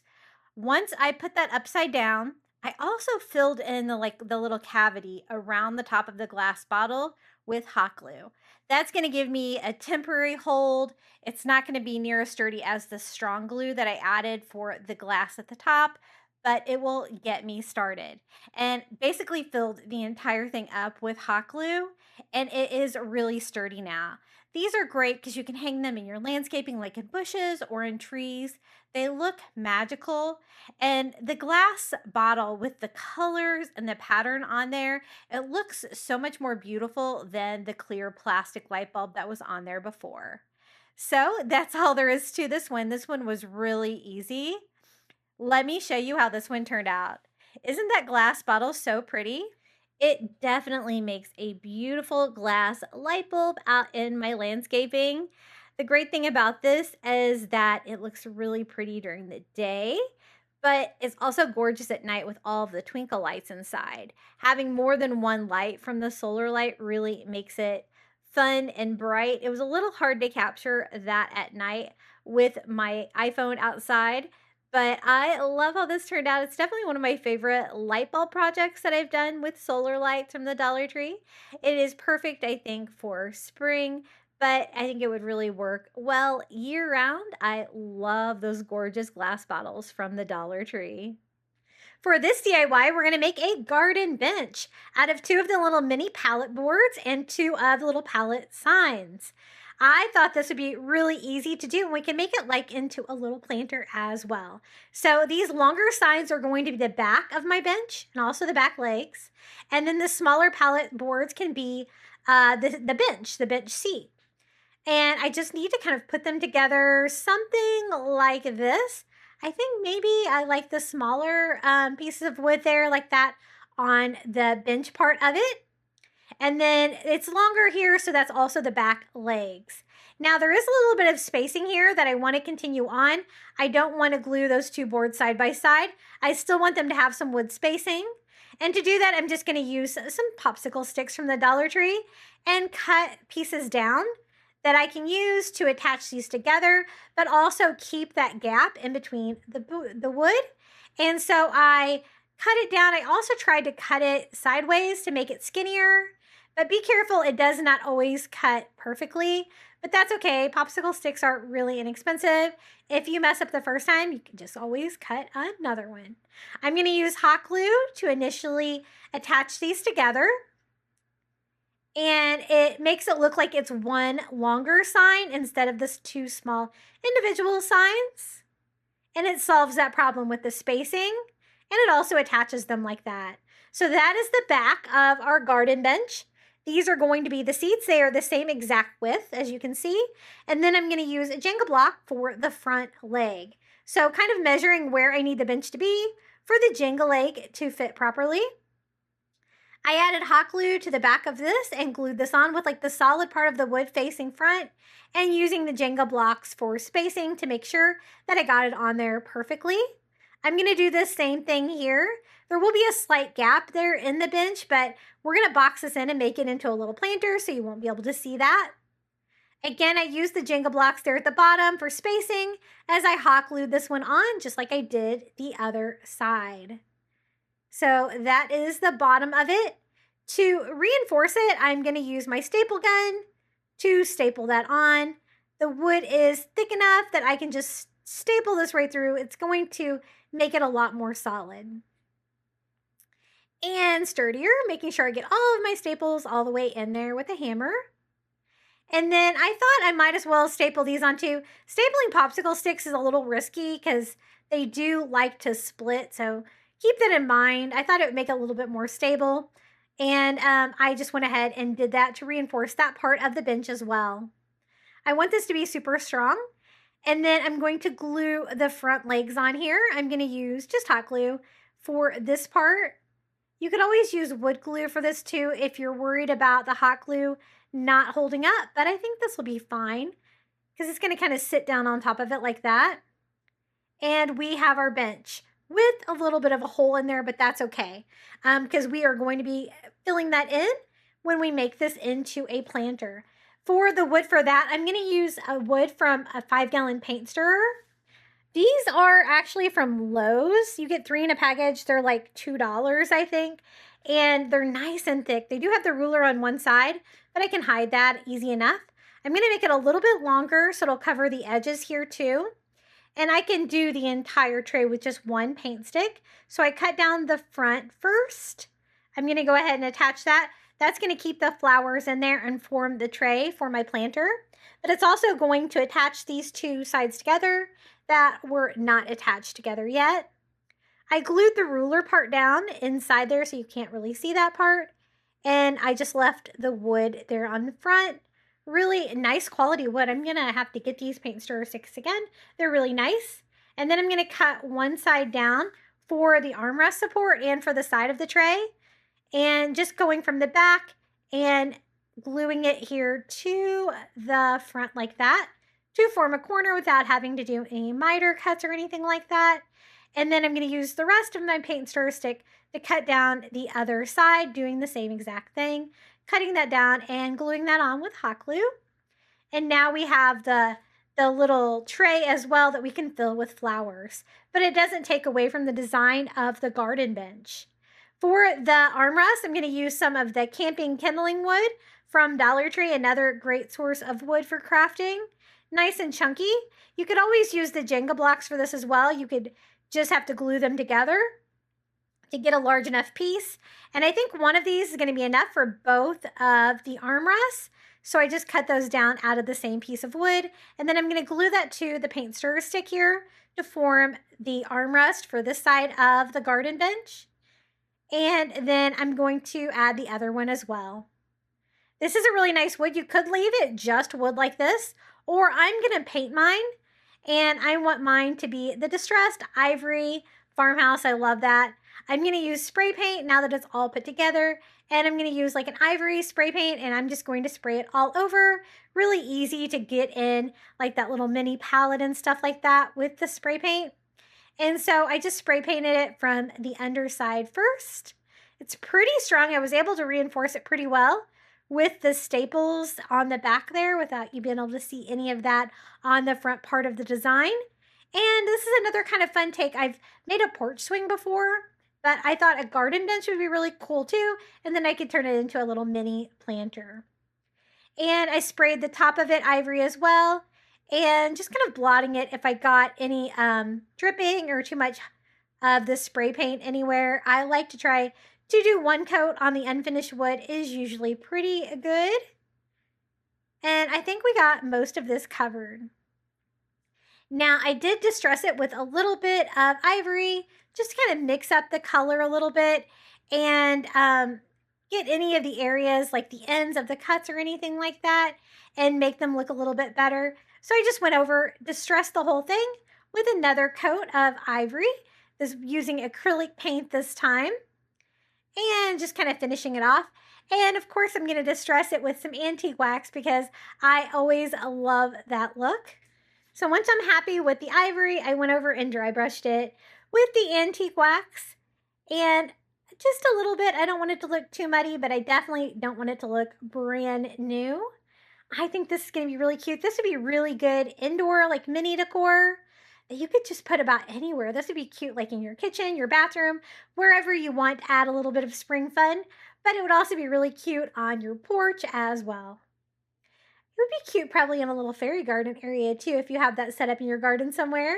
I love that idea. So just a little bit of distressing on this one, and we will be ready to fill this up with flowers. I want to do a little foam, even though I don't have a lot of room. I'm just going to do some foam pieces and cut them thinly.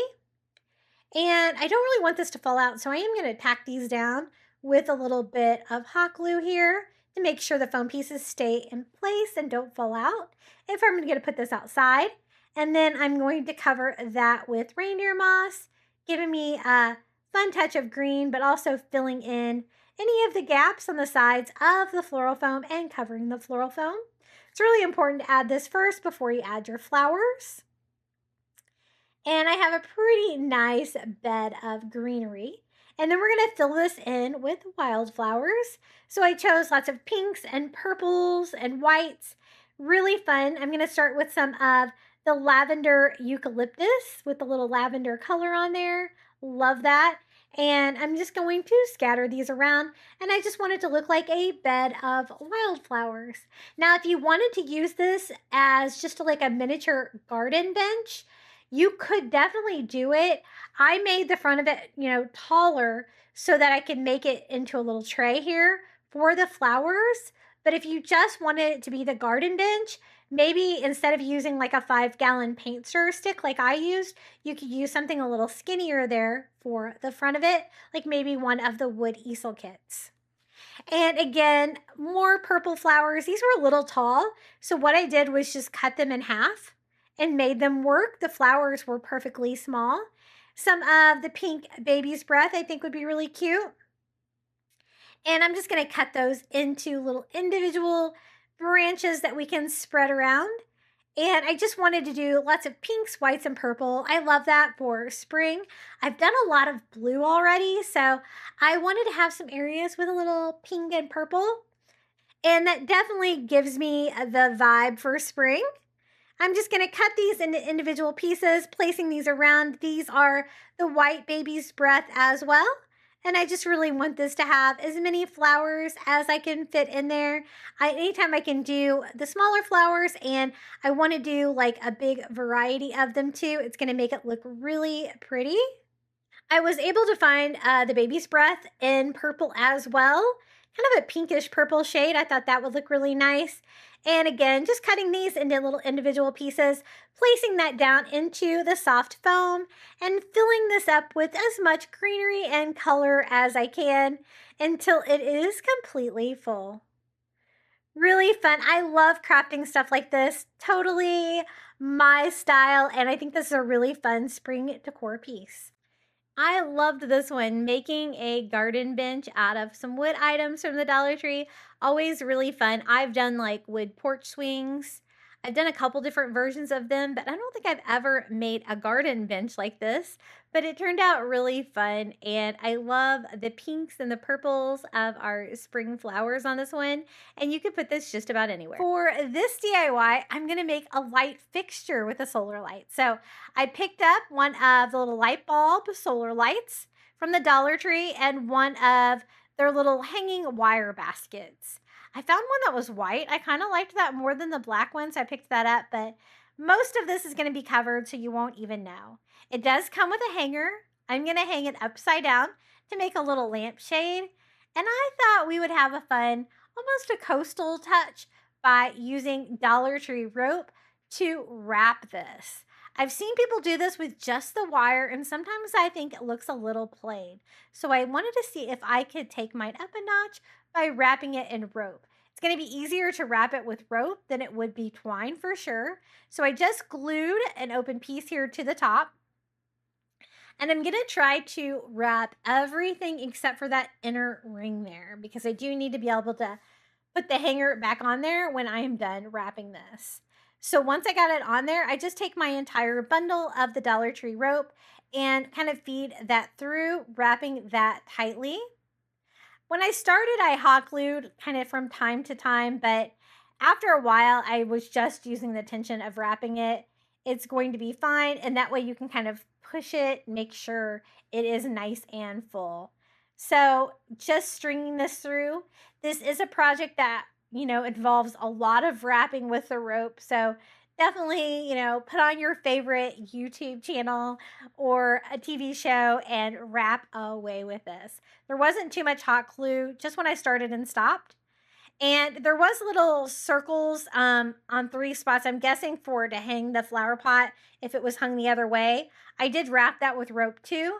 And then I'm going to start wrapping this side piece, continuing that same piece of rope all the way over here to the next panel. Now I was trying to determine if I had enough rope to go all the way up. I decided to give it a go, and I did. So I'm going to go all the way up here to the top, wrapping that as well. It gets so much easier when the rope gets shorter for sure. You don't want to work with rope that's too long. Dollar Tree rope isn't too long, so it works pretty well for this. Now I'm going to stop it right here. So I hot glue that in place. And then I'm going to cut off that excess rope right there because I don't have anywhere I can continue that. So now I'm going to continue where I left off right here. And I thought I would use that extra piece of rope to do this little section. So I kind of glued it there towards the back where it's not super visible. And it's pretty easy to glue that. And I just wrapped this little section here as well. And that used pretty much my first package of rope. So I'm going to go ahead and end that right there where it starts a new piece because I didn't think there was enough to go up that side.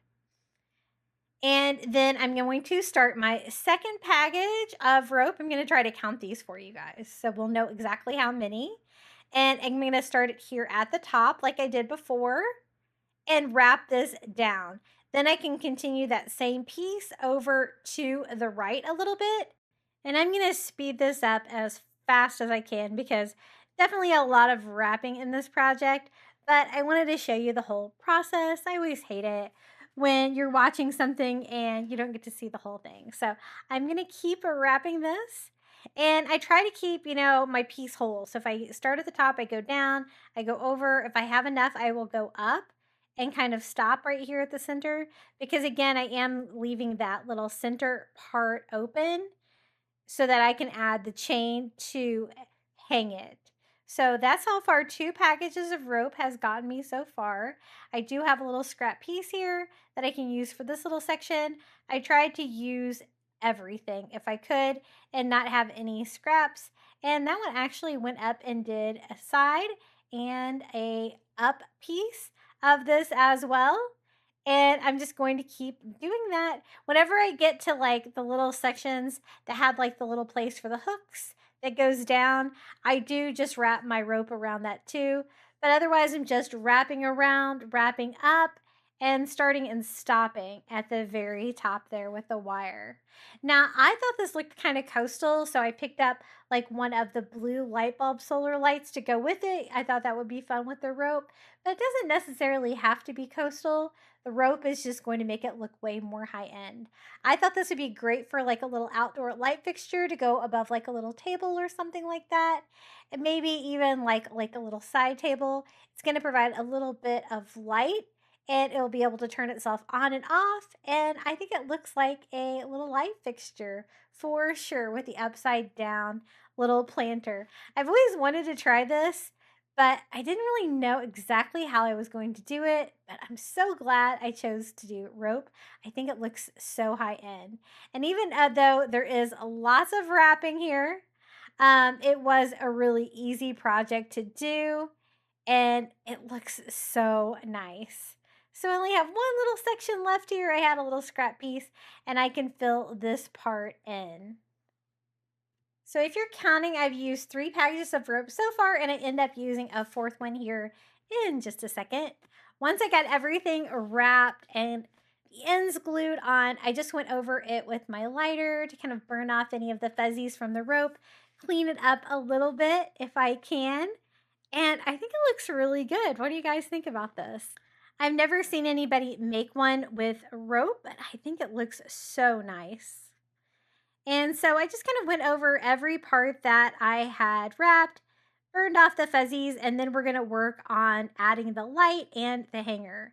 So first, let's do the hanger. I left all of the wire part exposed here on the circle, so I would be able to easily clip these on, and I'm trying to count to make sure that they are perfectly spaced. There's 3 hooks, and that is going to be the hanger. It's got a hook on the end to be able to hang this. So fun. I love it.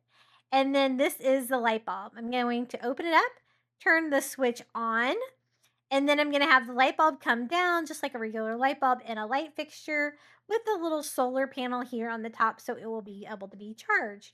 But as you can see, it's a little bit too large here, so we're going to fill in that gap with some more rope, which is also going to finish off the little light fixture part. So This is the 4th package of rope. It did not take near as much rope as I thought when I was trying to gather my rope stash there. So 4 packages of the rope from the Dollar Tree. I just start here and I start hot gluing this around that wire rim. And I'm trying not to interfere with the hooks. And then I'm going to keep gluing the rope to itself in a spiral fashion. Each time going in a little bit, making that circle a little bit smaller, and so that it will be able to hold that light bulb. I think that's pretty good, pretty tight. I'm going to add the light bulb through there like that. And we're just going to end this rope right about here and glue that end down. So it's going to kind of stay in there with friction. I didn't glue it or anything like that. And that way it would be easy to remove it and change batteries or anything like that if I needed to. And I am going to burn off the fuzzies on that part as well. But otherwise, this DIY is complete. A little rope light fixture using a solar light. I think this turned out so cool. What do you guys think? This is perfect for somewhere outdoors that gets enough sunlight to charge the solar lamp, but somewhere where you would like a little light fixture. Using the little hanging flower pot was perfect for this. It looks just like a light fixture. And covering it with the Dollar Tree rope, I think made it look really high end. Instead of just the metal wires being thin and not much to look at, this really added a fun coastal decor piece to it, I think, with the rope. But really, I think it would go with any color scheme. You could always change up the little light bulb solar light that you have inside, or you could even DIY that with one of the glass bottles from the Dollar Tree like you've seen me do in today's video. But I love how this one turned out. What do you think? For this DIY, I picked up some of the smaller shelf signs from the Dollar Tree. I needed 3. They come 2 to a package. I also got wood letters from Dollar General. Those are only $1. I got the letters to spell out the word B, and I thought we could do a hanging sign with these. So I needed a total of 3. Some of them were a little bit better than others. Some of them were a little chewed up from cutting. So they definitely require a little bit of sanding. I'm going to cover these with something, do a decoupage technique on these. So they definitely don't have to be pretty, but I just need to get any of the loose wood chips off of them or anything that looks a little bit rough. Now for the wood letters, these from the Dollar General are actually really good quality and a really fun way to customize the DIY. I wanted to do like B letters in an ivory color, so I think these wood letters will work perfect for that. Just removing the tags here from the back of them. I'll do one sign for each one of the letters, and I designed a fun printable. I will include this. I did take the same image and I shifted it 3 different ways so they're not all exactly the same. And I will include the link to the 3 printables. I just printed mine out on regular paper, but I would recommend doing this on cardstock. You get a little bit less bubbling. It's a little bit easier to work with. I meant to do that. I don't know what I was thinking, but I just did mine on regular paper. And I'm going to do a thin coat of Mod Podge all over the sign, just like this. And we will address the holes after we have the paper on there. I'm still going to go ahead and use them to help put this sign together. And I just cut this rectangle shape out of this beautiful pattern. It is a really similar pattern to the one that we used on the hexagon sign, so they will coordinate really well together with this wildflower print. And we'll add bees to the letter to bring in the bee element, but I thought the flowers would be a great background.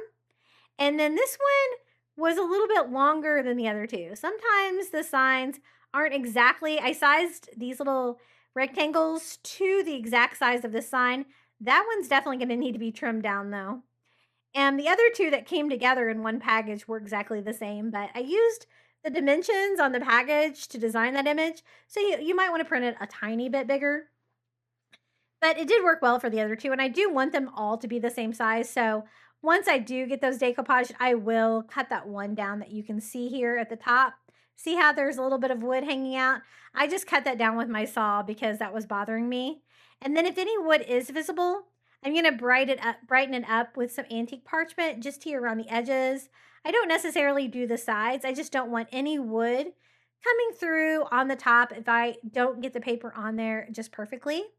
And I'm going to use that same antique parchment acrylic paint to paint all of our B letters. At first, I thought about painting the signs this ivory color and then doing the B letters in the ivory color too. Like it's all one piece of the same sign, but I thought it would be a little bit plain. So I wanted to bring in the wildflower decoupage behind it. And I'm really glad I did. It really made these really pretty. So I just painted all of the letters that ivory color. And then I do want to seal this. So I had to let that dry and then I sealed it with another thin coat of Mod Podge.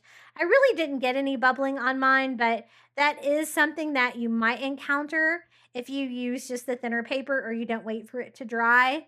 That's why I like to use cardstock because it does not bubble and you don't have to wait at all. And it's really fun to customize things with. Now I do want to distress the letters slightly, so I'm using some antique wax and a dry brush and just kind of going across. Sometimes you get a little bit too much paint on the paintbrush, which I did here, but I'm able to go over these with a baby wipe and kind of blend it in, make it not quite so aggressive with the distressing. I just want a little bit of character on these letters. So if I wipe off too much, I go back and distress it. If I want more of the original color, you can always bring that into if you want to brighten it up here at the end, which I did here on my ease because I had a lot of antique wax on those. Now I want to string these together, so I'm going to use the existing holes in the wall shelves. So I used a Cricut weeder. You can kind of feel where the hole needs to be, and I just pop some holes right through the paper. That way I can use twine to hang this all together. I thought it would be a really fun vertical sign. Hang one on top of another to spell out B. And it's a great place to decorate a wall space if you don't have a lot of room. So I'm going to go ahead and glue our letters on. And I'm going to put the B like right here in the center of these. These were about 5 by 7, I think it was the size of these little wood signs. They're definitely a lot smaller than the large ones that I use for my large honeycomb sign. But I just kind of put them side by side so I get the letters all kind of in the same placement. And they look a little bit more uniform, just using hot glue to glue all those down. Now E is going to be on the bottom, so I'm going to take some twine. This time I'm using the twine from the Dollar Tree. I feed it in from the back and just knot it here on the front a couple of times to make sure that it stays in there. I'm going to go ahead and pull out a lot of this twine so I can go all the way up, hang everything together, and use it for the hanger as well. And I was able to feed this through where most of the twine is on the back, and I'm going to tie on my next one, which is another E. I'm going to go through the top. I put a little hot glue here on the tip so it's easier to feed that through. It just makes it a little bit harder and less fraying. Now I pull this through and then I was like, I don't want this to be able to move up and down. I do want this to stay like even space from each other. So I'm going to knot it here on the back to prevent that spacing from getting messed up. I probably left about a 1/2 inch space here, and that worked really well. I'm glad I remembered to do that. And then I fed it in here to go up for the B, making sure all my letters are the same direction. I'm going to do the same thing, feeding it in from the front, and I'm going to knot this one too when I get this spacing about even. The great thing about tying these board signs together like this is I didn't have to attach them to anything. I didn't have to glue them together or anything like that. And it's also a built-in hanger here at the top. So I'm just going to kind of reverse. So this time I need to knot it before it feeds through the hole since we're doing the opposite side, and continuing that same piece of twine all the way down and knotting it at the very bottom. I love how this turned out. It's so fun for spring. I love all of the flowers that we used on it. And of course the B word I thought would be really fun on there. So now that I have it all strung together, looks good, I'm going to knot it here at the bottom. And again, you're going to want to add a little hot glue to these knots here at the bottom to make sure that your twine doesn't become untied, because sometimes that can happen. And now for the bees, I'm going to use these little wood bees that I got on Amazon. They're really cute. They're not very big, but I thought they would work really well for this. So I thought we could do like bees like climbing on the letters, something very subtle. I was trying to decide if I wanted to do like one bee on each letter or more. I ended up doing more. And they are peel and stick with a little double side tape on there, but I prefer to hot glue them flat down where there's no spacing. So I just peeled that off and used some hot glue to attach the bees to the bee letters here. A little bit different place on each one to make it look kind of random. And I thought, I think I need some more bees. So I'm going to do 3 more and just do 2 randomly on each letter. They kind of look like they're covered. You can add as many as you want. I'm not really going to add any to the flower design on the back. It's really decorative and pretty on its own. But the letters I thought definitely needed a little bit of fun, and the bees are perfect for that. Now I thought about adding some flowers to the sign, but I thought it was a little too busy. So I'm going to take these little gypsos flowers from the Dollar Tree, put 2 of them together like that by pulling one off and cutting one. And then I can just decorate the hanger. I thought that would be a fun way to decorate this. And so I'm going to take another piece of twine and tie those on. I was trying to bend it so they will kind of go down like the twine does there. And I took another piece of twine, enough to be able to make a cute little bow. I tied that on, making sure I got that placed exactly where I wanted. And then I just tied a really simple bow, something decorative here for the top of the hanger. Add a little sweet touch to the hanger as well. It's definitely a very sweet sign with the floral pattern on there. And these flowers kind of match the design I made on there perfectly. I will include a link to the free printables to DIY this yourself. And again, I got the wooden letters at Dollar General. I think that looks really cute. I cut the twine down so the bow is very tiny here at the top. And I just kind of worked with it until it looked exactly the way I wanted it to, kind of going down the sides of the hanger like that. Isn't this so sweet? I love it. I love a vertical sign like this for a wall that you don't have a lot of room. The neutral colors on this bee DIY, I think, turned out really beautiful with the flowers there and just a few wood bees. If you're going to be doing some bee decor projects, definitely be sure to pick up some of those wood bees. They're so versatile and you can just add them to about anything. Now check out this beautiful bottle that I found at Dollar Tree today. They had these in with like just regular glassware, like kitchen glassware, but I thought it was so pretty and I thought it would be a beautiful light bulb for a solar light. I'm going to try to use the spray frosted glass and frost it from the inside, leaving it clear. I thought that might give me a different vibe. I think it would look really good with the seafoam frosting too. Or you could just leave it clear glass. I wanted to frost it to see if I can make it look a little bit fancier. It was tricky though, frosting it inside because it's got like this little skinnier part. And so I was trying to get the bulb frosted as well. So I just kind of took my time and did a couple of coats until I thought I got an even coat of frosting in there. And I got it all the way to like the bottom of the bulb. I thought this would be a really beautiful light bulb. We can get that light bulb look.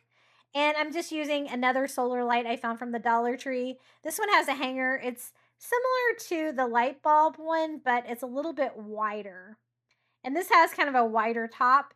It's not going to actually be able to go up inside the groove to like screw it on. It's actually going to have to hang from it. So I'm definitely going to have to use some strong glue for this and really let this dry so that it will stay together because it's going to be hanging from the top like that. Then I thought it needed a little bit of spring fun, so I got these plastic flowers. They are strung together like on a ribbon.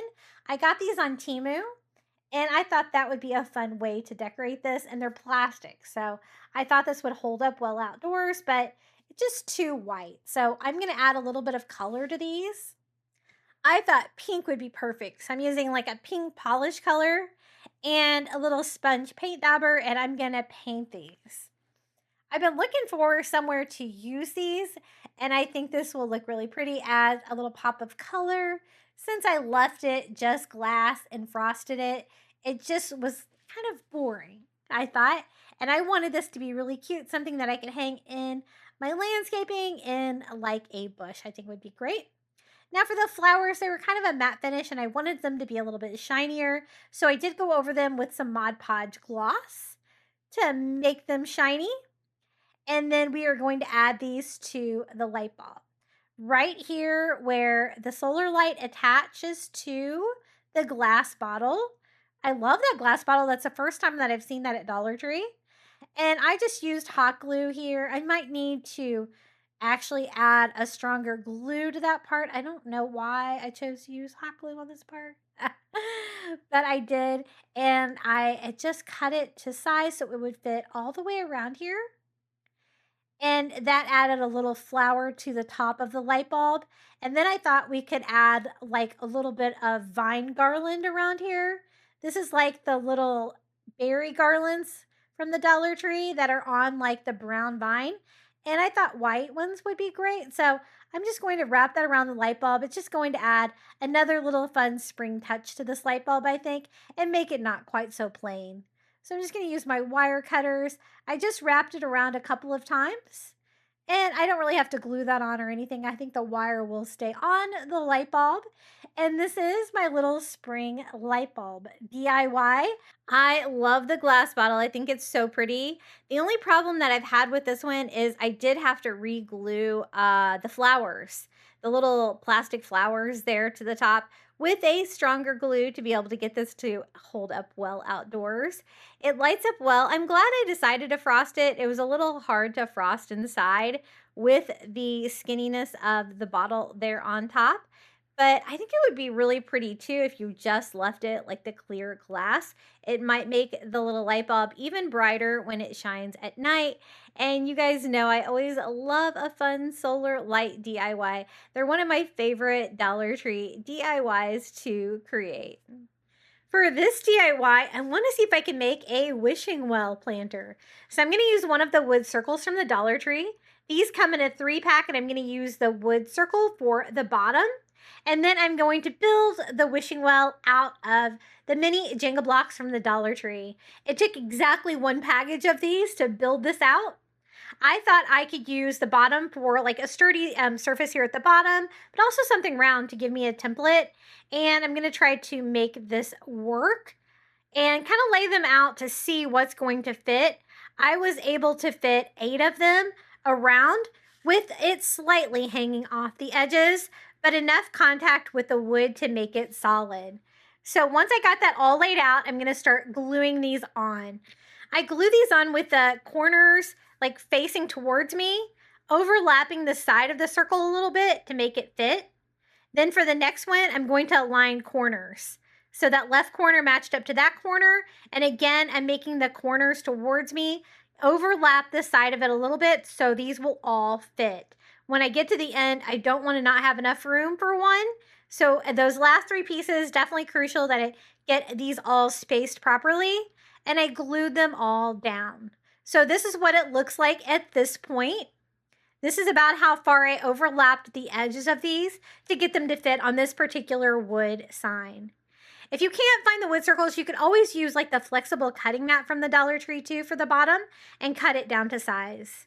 Now for the second row, I am doing right in the middle. So I'm staggering them. Again, I'm having the pieces overlap the edge of the block below it now instead of the circle, just like that. And then it should fit since I've already got everything spaced out. And I'm going to hot glue these all the way around, just touching the corners as I go and overlapping the edges. This is going to build out the second row. And I love how this turned out. It really gave me a really fun texture for a wishing well. Kind of a woven pattern with the wood. This is what it looks like so far. Now for the third row, I'm going to repeat what I did the first time. So on the first row, I'm going to put it like straight on top of that.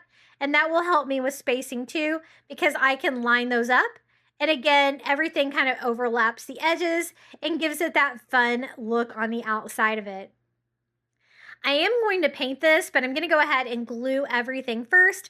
And hot glue worked really well for this project. You could use wood glue as well, but you're going to have a lot more drying time. So again, I'm going to stagger. So I'm going to repeat what I did in row 2 on row 4 and just continue gluing this around. This was a lot easier to put together than I thought. I know a lot of you guys love building with the Jenga blocks from the Dollar Tree, and so I thought they would be perfect for this DIY. So each row, I'm just alternating now and building this all the way up. I lucked out because one package of the wood Jenga blocks was the perfect amount to create the entire thing. And then we are going to build it up, add a roof to the wishing well, and even have like a little bucket that can be hanging that I'm going to try to make operational. I always love it when my DIYs work, and you know, my son's here. He's totally going to try it out. So I knew I needed to make it work, but it turned out so cool. I am going to have one more row here, and I was so pleased to have the exact amount. So for this size wood circle, one package of Jenga blocks is all you need. I tried to clean up any glue strings because I am going to be spray painting this, and even though you can't hardly see them, they will definitely show up when you go to spray paint them. So I used my heat gun to try to clean that up, but I love the way this is looking. For the side pieces, I'm going to use 2 pieces from an easel kit. This is the piece I'm going to use. It's already got a hole drilled in it, and I'm going to take advantage of that. The larger hole I did towards the inside of the wishing well, and the smaller hole more towards the outside. And I'm going to attach them with hot glue. I think this is definitely going to provide me with enough height to make the wishing well roof. And the holes are going to be perfect to hold up the bucket for the wishing well. So I just glued those both on. This is what it looks like. Again, I did the smaller holes towards the outside to help keep it in. And then I'm going to do another one of those pieces from the easel kit for the top, going side to side. And I just need to cut that one down to size. It does have a hole in it, but you won't be able to see that. And so I'm going to glue that on flat. As you can see, these are not square like the rest of the easel wood kits. These are the ones that are a little bit flatter. And I have lots of them because I don't use them as often as the longer skinny ones. So this is the construction I have so far. To hold up the bucket, I'm going to use one of these skinnier wood dowels from the Dollar Tree. These are the same exact diameter as the wood kitchen skewers too, so you could use that as well. And I was able to feed that through the holes. And I'm going to cut this down. It's definitely longer than I need. So I'm going to leave enough room to be able to put like a handle on one side and like a plug on the other side so it doesn't fall out. So I just cut this down, and I think that is going to work perfectly. I love the fact that it's going to work. To make the handle, I'm going to cut another smaller piece of that same wood dowel to be like part of the handle, like a 90-degree turn from what I have on there.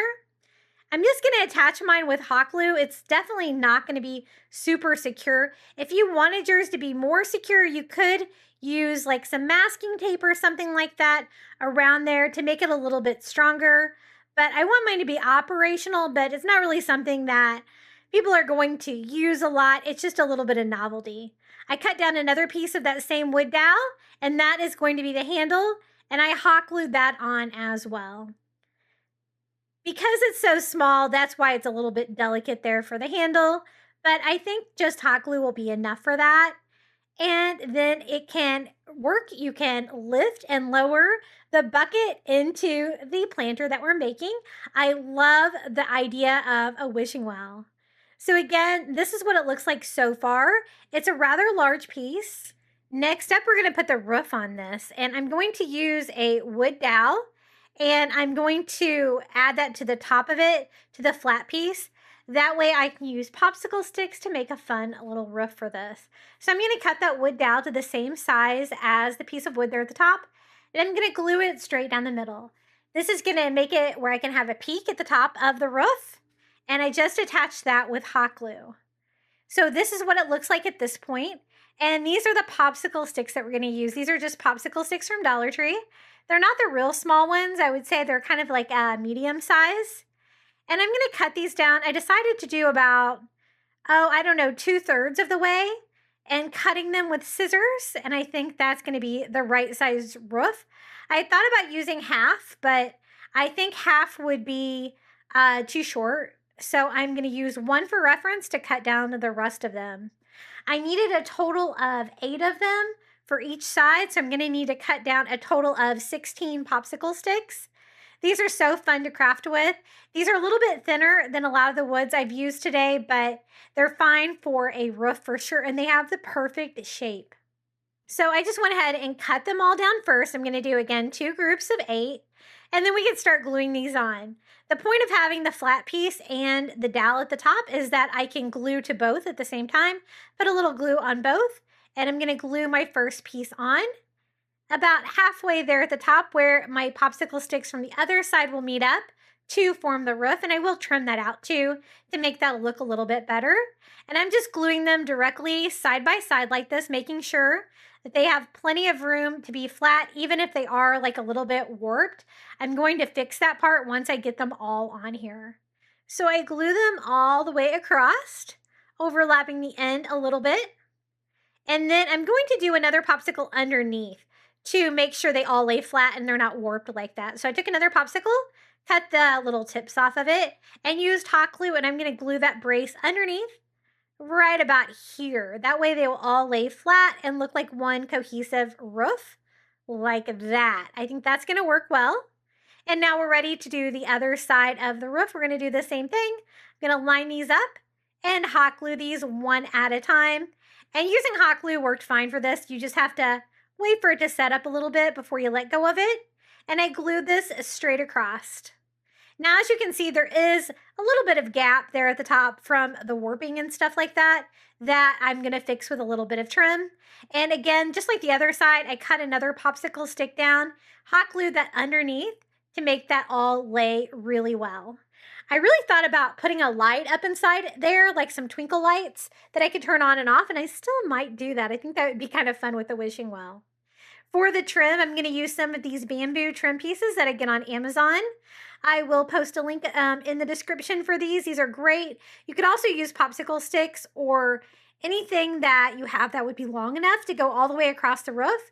I cut one side down for this side of the roof. Just from end to end, I'm going to attach that with hot glue, overlapping the ends on this side a little bit. Just like that. I just think it makes it look a little bit nicer. I'm going to flip it over and do the same thing here on the other side, cutting this down. And one piece was enough for both sides with the bamboo. But I could still kind of see a little bit of a gap in there. So I'm going to fill that in with that same wood dowel that I'm going to use for the wishing well. So I cut that piece down. And I'm going to glue that to the very top, and it's just going to give it a very finished top where it's going to close all of that in. And so I just added some more hot glue to the top and glued the wood dowel down inside. I absolutely love how this is coming together. The structure of it is complete, so let's go ahead and paint it. I'm going to use spray paint just because I thought it would be easier since I have all those Jenga blocks to paint. I'm going to use an ivory color. And I just start here at the base of our wishing well, spray painting that. I'm going to do like this farmhouse white distressed on this one. And I paint all of my Jenga blocks, the top. I'm going to go ahead and paint the roof and the sides of this. One great thing about spray paint and like the raw wood from Dollar Tree, if you get too much on there, you can just use a baby wipe and kind of blot it a little bit so you don't get any drips or anything like that. Something that you really can't get away with when you're working with metal and stuff like that. But I just went ahead and spray painted everything. This gave me a really easy way to paint this. I will distress it, but this was great for the ivory part of it. I left the handle for the bucket separately. I'm going to paint that separately so that I will be able to turn it and I won't have any paint sticking by painting it all put together. I just painted it, not put together quite yet. And I painted both sides of that as well. Just making sure I have everything painted, even up into the roof and stuff like that. And I think that looks pretty good. Now for the little bucket for the wishing well, I'm going to use one of these little plastic like shot glasses from the Dollar Tree. It's like a little red solo cup. I did get a little spray on there from the white, but I'm going to make this look like a galvanized metal bucket. So I first went over it with like silver metallic. Covering the red was a little bit hard. You might want to paint it white first. I kind of wish I would have done that, but I went over it with a couple of coats of silver and it looked pretty good. I'm going to spray the inside of it too to make it look like a silver bucket. And I will distress that more too to make it look galvanized. Now it is time to put this together. I have everything painted. So now I can assemble this. I'm going to put this through the holes straight across like that. And then I need something small to go on the other side to make sure it doesn't just fall right back out. I was thinking about just using a thumbtack. These are the thumbtacks that come with the nails at Dollar Tree. And I just went ahead and used 2 pairs of pliers to pull the tack off of the end. And I'm going to paint it ivory to make it blend. It's something little and metal and round that I thought I could hide on there nicely. You can kind of use whatever. You could even maybe use a wood bead, but I thought that would be a little bit flatter. And then of course I wanted to distress everything with a little bit of antique wax. So I just went over and dry brushed this, following that up with a baby wipe, and I'm going to do that all over. It's going to give it that rustic farmhouse vibe that I like. And I'm going to fill this up with flowers to make it look like a planter, like a wishing well planter is what I was going for. And again, just a light dry brush over everything. It's going to add so much fun character to this and make this look really nice. Once I have that distressed, I'm going to go ahead and put that little thumbtack here on the end. I just used hot glue to glue that on, and that solved my problem where it won't fall off now. And it's nice and small, and so it doesn't really take away from the design. So now it turns like that to lift the bucket. For the bucket, I had painted that metallic silver. Now I mixed a little black and white together to give me some gray. And I'm just going to sponge that all over, lightly distressing it, giving that galvanized metal look to make it look like a bucket that would go in a wishing well. I'm going to blot that there with a baby wipe to kind of blend it together. A really super way to make a little mini planter using supplies from the Dollar Tree. I'm going to weigh down the bottom of this because it's probably going to go outdoors. So I used some Dollar Tree rocks in the bottom to make it heavy at the bottom so it won't tip over. And then I'm going to use floral foam to fill the inside so we can fill it with flowers. I don't want to go super high with the flowers because I do want to leave enough room in there for the bucket. And so I'm just going to cut this foam down where it will work. It is a round shape, so I had to cut small pieces to kind of fill it all in. And then I'm going to cover that with some reindeer moss to cover up the green foam and give it a little bit of green color there for spring. Now I'm going to prop this up and we can add flowers. I'm going to use some smaller flowers that I found from the Dollar Tree, like this white, yellow, and pink flower. And again, just putting those down. These are probably going to be like one of my taller ones, so I'm going to stagger maybe 4 in there. And then I'm going to add, let's add some of this eucalyptus with the purple tips. I think that's really pretty. They have fun colors. You can also get this, I think, in pink, maybe in orange. Really fun. I love the two-tone of it. And then some of these little lavender pom-pom flowers. And I do want there to be a little bit of height in the middle to help hold the bucket up because I'm going to have it attached where you can raise and lower it, but it's not weighted or anything. So it might need a little help keeping the bucket up a little bit. And then I just added some more purple. I'm going to do some of the yellow baby's breath for definitely a pop of color. I love the baby's breath. They come in all different colors, these larger ones like this. They also have that tiny baby's breath in different colors this year too for spring, and I think it looks so pretty. That yellow really brightens things up, I think. And I just want it to look like it's overflowing with wildflowers. So I'm going to add some of the white baby's breath as well. Just cutting those down and scattering those around. I want to just keep adding until it looks like it's overflowing. And then we can add the bucket right here. Well, it can sit right here. And I think I'll put some flowers in there too. Now the bucket doesn't have any handle or anything. So what I'm going to do is create the chain and the handle out of just twine. I just cut a longer piece of it. And then I'm going to loop that in the middle and glue that loop down inside the plastic cup like that, gluing it to the bottom and also to the sides to form the handle for the bucket. I'm also going to use that same piece of twine to make the chain to hold it up to the pole where you can lower it or raise it. I filled it up with a little bit of reindeer moss, and let's do the yellow baby's breath. Some tiny flowers to fill that into because you can't have enough flowers for a spring or summer DIY. I think I can fit like maybe a total of 5 of those in there. Just putting those down into the reindeer moss. And then I'm trying to see about how big I need the handle to be and kind of measuring that out a little bit. I just double tied it to form the actual handle for the bucket.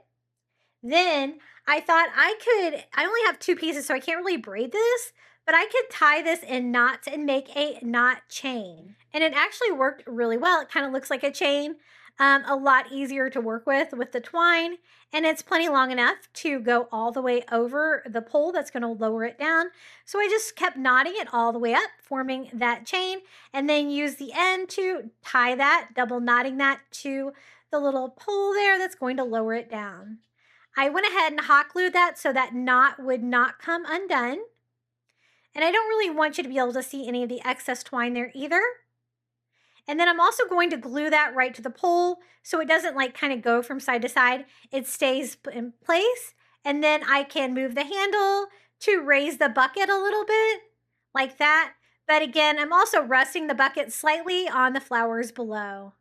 I love how this turned out. My little wishing well planter, definitely one of my favorite builds that I've done here on my channel. Isn't it so fun? I love the fact that it kind of works too. And again, the little pot is very lightweight, made out of plastic, so I can kind of prop that up on the flowers to make it stay in place. But the little tumbling tower blocks are perfect for the bottom of a wishing well. For this solar light DIY, I'm going to use one of these little bathroom storage containers from Dollar Tree. And I'm going to use it as a lampshade for a solar light. So I'm going to use it as a stake, traditionally as a solar light, and we're going to make a fun lampshade. Now I'm going to see if I can frost this with some of this sea glass, sea foam that I have. It's a spray paint. I want it to be everywhere except for the very top of this where I want to be able to attach my solar light. So to protect that, I'm just going to use some cheap Dollar Tree vinyl. You could always use painter's tape too. I wanted something large enough that I could just make a round sticker here and put that on the inside of the cup.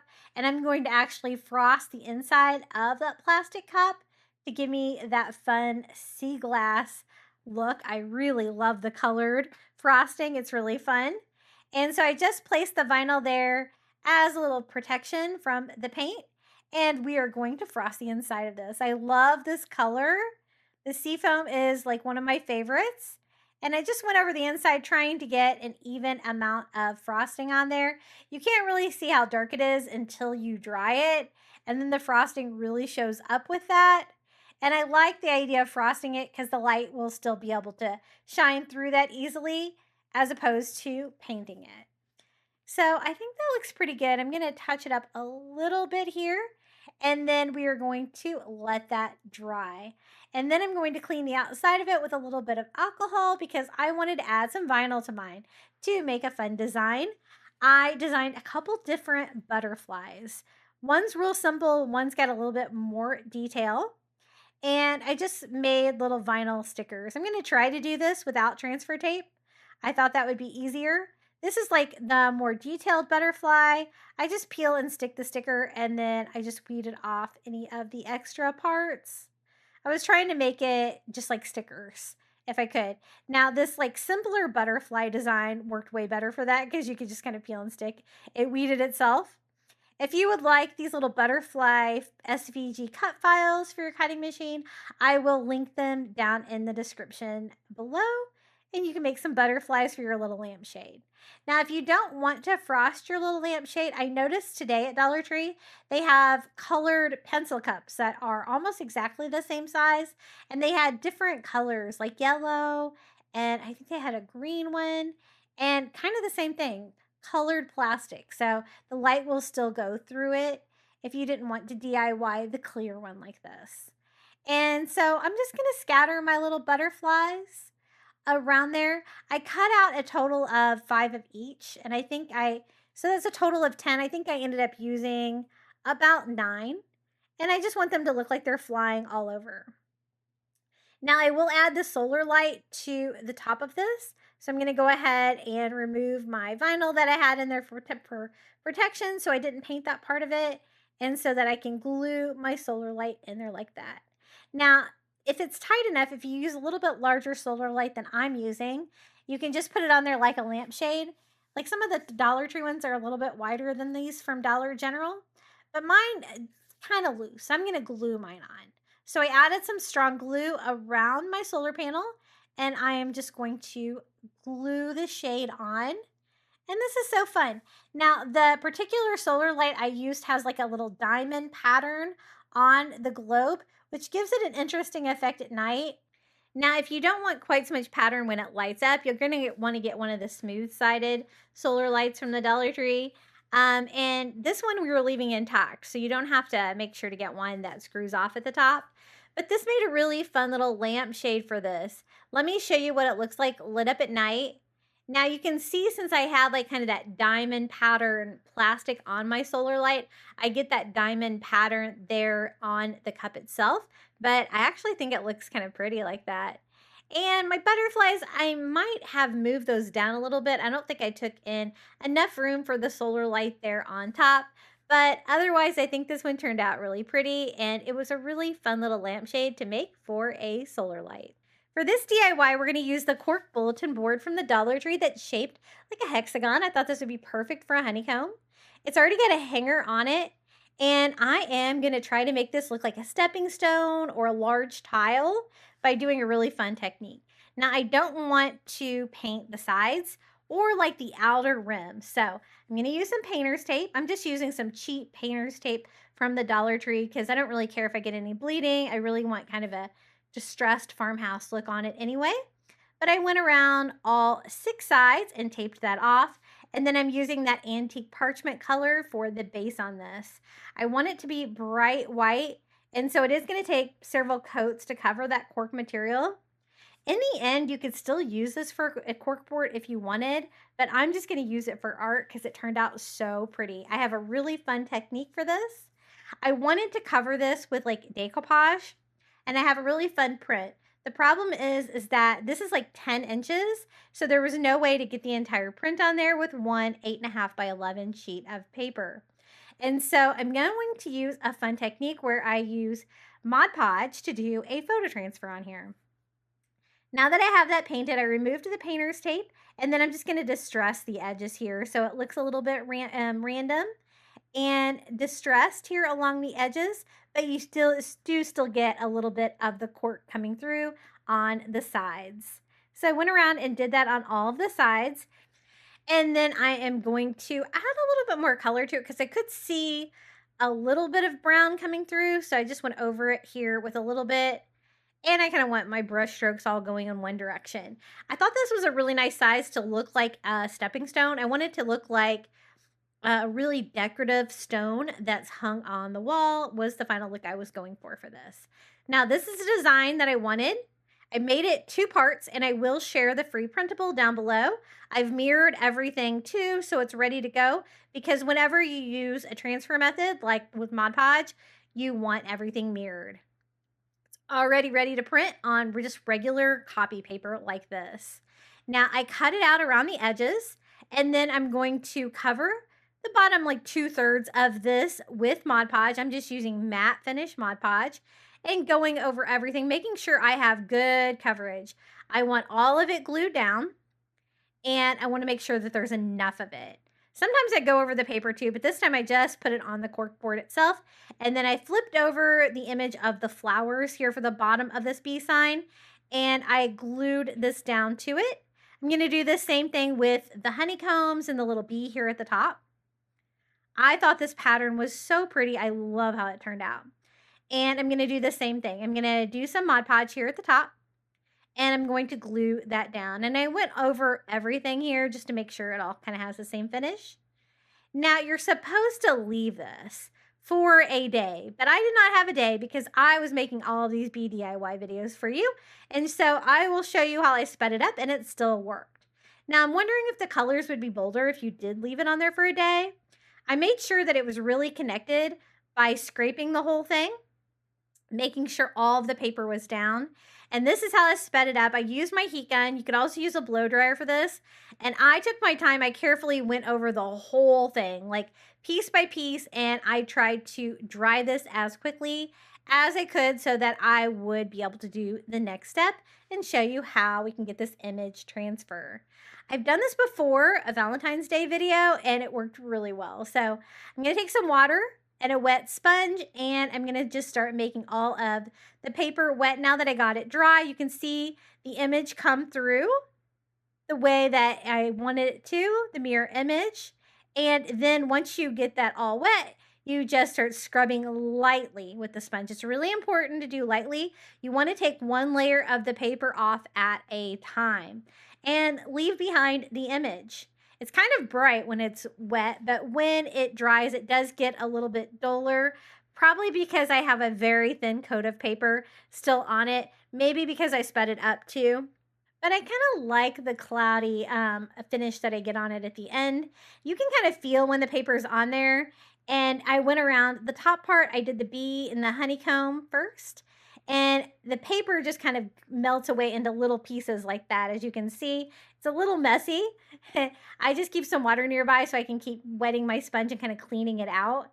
Now be careful, I scrubbed a little too hard in that bottom corner with the yellow flower, and I took some of it off that I didn't mean to. So I'm going to have to fix that, but otherwise everything came off really well. I went over it with a dry paper towel to kind of see what I was working with here. And I could still feel like some paper on there. So I'm going to go over it with more of the sponge and then drying it off as I go until I get all of the paper off. Again, when it's kind of wet like this, it does look a little bit more bold than it does in the end. And this was the yellow flower that kind of got messed up. I took a little bit of yellow paint and I tried to just do a flower and also a leaf I kind of took off down here. So I used some yellow and green paint to kind of fix my problems there at the bottom, because otherwise I think it turned out really good. Just be sure that you don't scrub it too hard. As I'm drying it, I can kind of see that there's still more paper on there. That's why you do have to kind of take your time with this and just do one layer of that paper at a time, because you definitely don't want to get rid of the beautiful flowers or the bee or the honeycomb on there. And so I would just go over it and then dry it off with a paper towel, kind of feel around. And then I dried it with my heat gun, and you can kind of see it fades a little bit, which I'm fine with. And I still thought there was a little bit of paper on there that shouldn't be. And so I went over it again with my sponge, gave it another cleaning. And I really love this technique. I never knew that you could do this with just a regular inkjet printer. In the past, I've always done it with like laser, but this was just something I was able to print at home. Now I wanted to look glossy like a tile, so I decided to seal it with a gloss Mod Podge. It wasn't quite as shiny as I wanted, but it did do a good job of just sealing the image on there. I don't want anything to happen to it. But I did want a little bit more shine. So I'm going to use actually like a spray Mod Podge to shine it up even more with a gloss finish. But I really love this print. It looks kind of antique and old, and I really think this is going to make a fun wall hanging. It's nice and lightweight too. This is the gloss Mod Podge. I get this on Amazon. I've also gotten it at Target, I think. I just sprayed it all over, and I got that shiny ceramic tile look that I was going for with this. Just one coat was plenty. It has a great texture on there now. And this is what it looks like. A really fun way to craft with those little bulletin boards at the Dollar Tree. The shape is perfect with the hexagon honeycomb shape, right? If I were to do this one again, I might leave the little image transfer on there overnight just to see if I can get a little bit more boldness in the color on it. But otherwise, I think it turned out perfect, because I was going kind of for a vintage look on it, like a vintage tile, and I think it really looks kind of a little bit older. Now, these are the new party cups for summer at the Dollar Tree. I picked up one because I thought it would be a perfect lamp. And then I also picked up a mirror for a fun base. The mirror, I think, will reflect the light, and it's perfect size for a base for this. Now, it is a lightweight plastic cup. And what I want to do is cut a hole in the top of the little party cup so that I can have a solar light lighted up like a little party lamp. I thought those would be really fun and whimsical.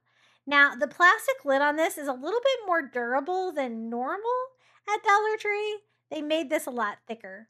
But I'm going to use my razor blade, and I'm going to try to cut a square right around the straw opening so that I can put a solar light inside and it still will charge. Now, I went over this several times. It was working with my razor blade, but it was requiring a lot of cutting. I could see it coming through, so if you do want to cut your square panel in there with just a razor blade, you can. But I got to a certain point where I was like, you know what? I have a heated knife for this very reason. Why am I trying just to use my razor blade when I can just use the heated knife? I got my heated knife on Amazon and it works great for melting plastic, and I use it a lot, sometimes even without the blade. So, you know what? I switched to that because it was just taking a little bit longer than I thought. But we can go ahead and start with the base. This is just a mirror. I thought this would be perfect. It's got a black frame, which is fine. I'm just going to go ahead and clean that and add my little party cup to that. I'm going to add some strong glue here to the outer rim of the bottom of the party cup. When I saw these party cups in the summer section at Dollar Tree, I thought, oh, that would be a really pretty lamp. They have them in all different colors, like green, pink, purple, maybe. And these would be great for an outdoor party. So I went ahead and glued that on while I was heating up my heat knife. And that is going to saw right through this now that it is hot. Because again, this plastic was a little bit thicker. But if you want to just use a razor blade, you totally can. If you would like a link to this heated knife, I will try to add it in the description. But these do sell out.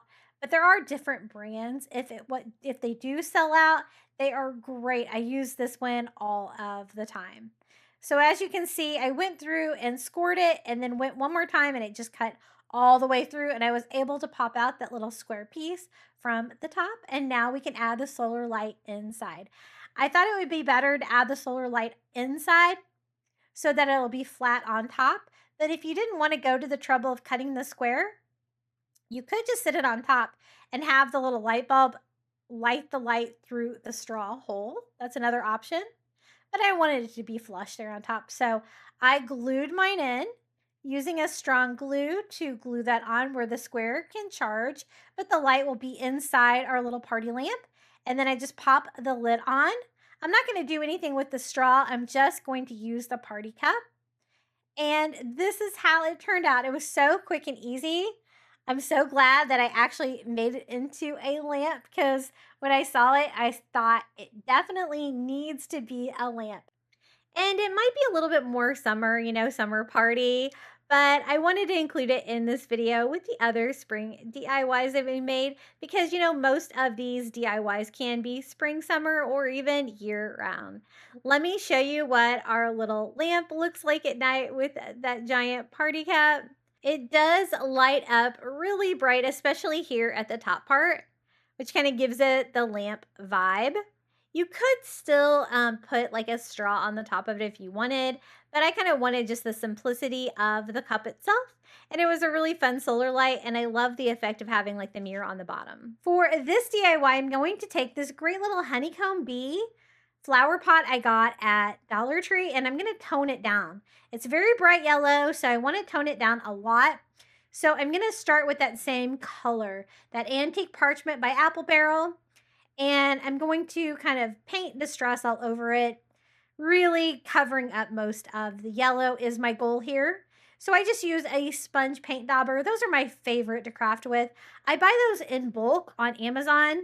I will try to remember to post a link, but they are in my Amazon shop as well that's linked. And they are so great for crafting. And it is cheaper than buying them at Dollar Tree, I think. And I'm just going over, kind of whitewashing over that yellow color to tone it down. And I do want all of the yellow to be covered. So I did switch to a brush to get through the seams too, so I don't have like any bright yellow peeking through or anything like that. Now I kind of took my time and really painted this, made it look exactly how I wanted. Unfortunately, my camera card got full. My camera turned itself off while I was painting this, and I had no idea. It doesn't beep or anything. I finished it. I looked up and I was like, oh no, you guys missed most of the steps. But this was the first step. The camera did catch that. That is the antique parchment color. And I did do that thin coat first. I did see some of the yellow coming through. So I went over and distressed it a little bit more with that ivory. It has the metal stamp on it of the honeycomb and little bees all over. And I am going to distress this, paint this, and really make it look detailed. And this is what you missed. So how I got this was I used some of metallic gold paint from the Dollar Tree. And I just used a sponge brush and I distressed all over, mixing that ivory color together with the gold. And then I used a gold paint pen and I went through and I found every little bee that was on the pot and I just kind of painted that texture on there because it's like a little bump out, so it's easy to kind of pick up that color. And then I went over it with that same antique parchment and distressed everything. So I distressed the bees and I love how this turned out. It's definitely really classy looking. It's not bright yellow anymore. I'm going to combine it with one of the bee yardsticks from the Dollar Tree. This one says welcome. It's got a big bee on there. I think this is perfect.